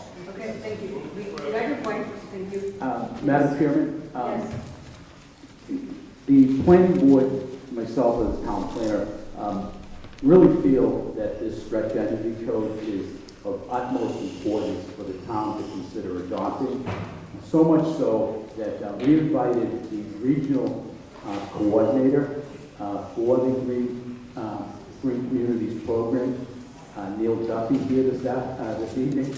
If the members of the public would allow him to address these questions that have been raised, he is available to give a brief presentation. Thank you. So we have a request to move the question. Second. Thank you. So we're going to vote on that first. If you remember from when we did this earlier, we needed 2/3 vote in order to approve the motion to move the question. So those in favor of moving the question? Thank you. Those opposed? Thank you. Passes by 2/3. Okay, so we are now voting on the question. All those in favor? Okay, and all those opposed?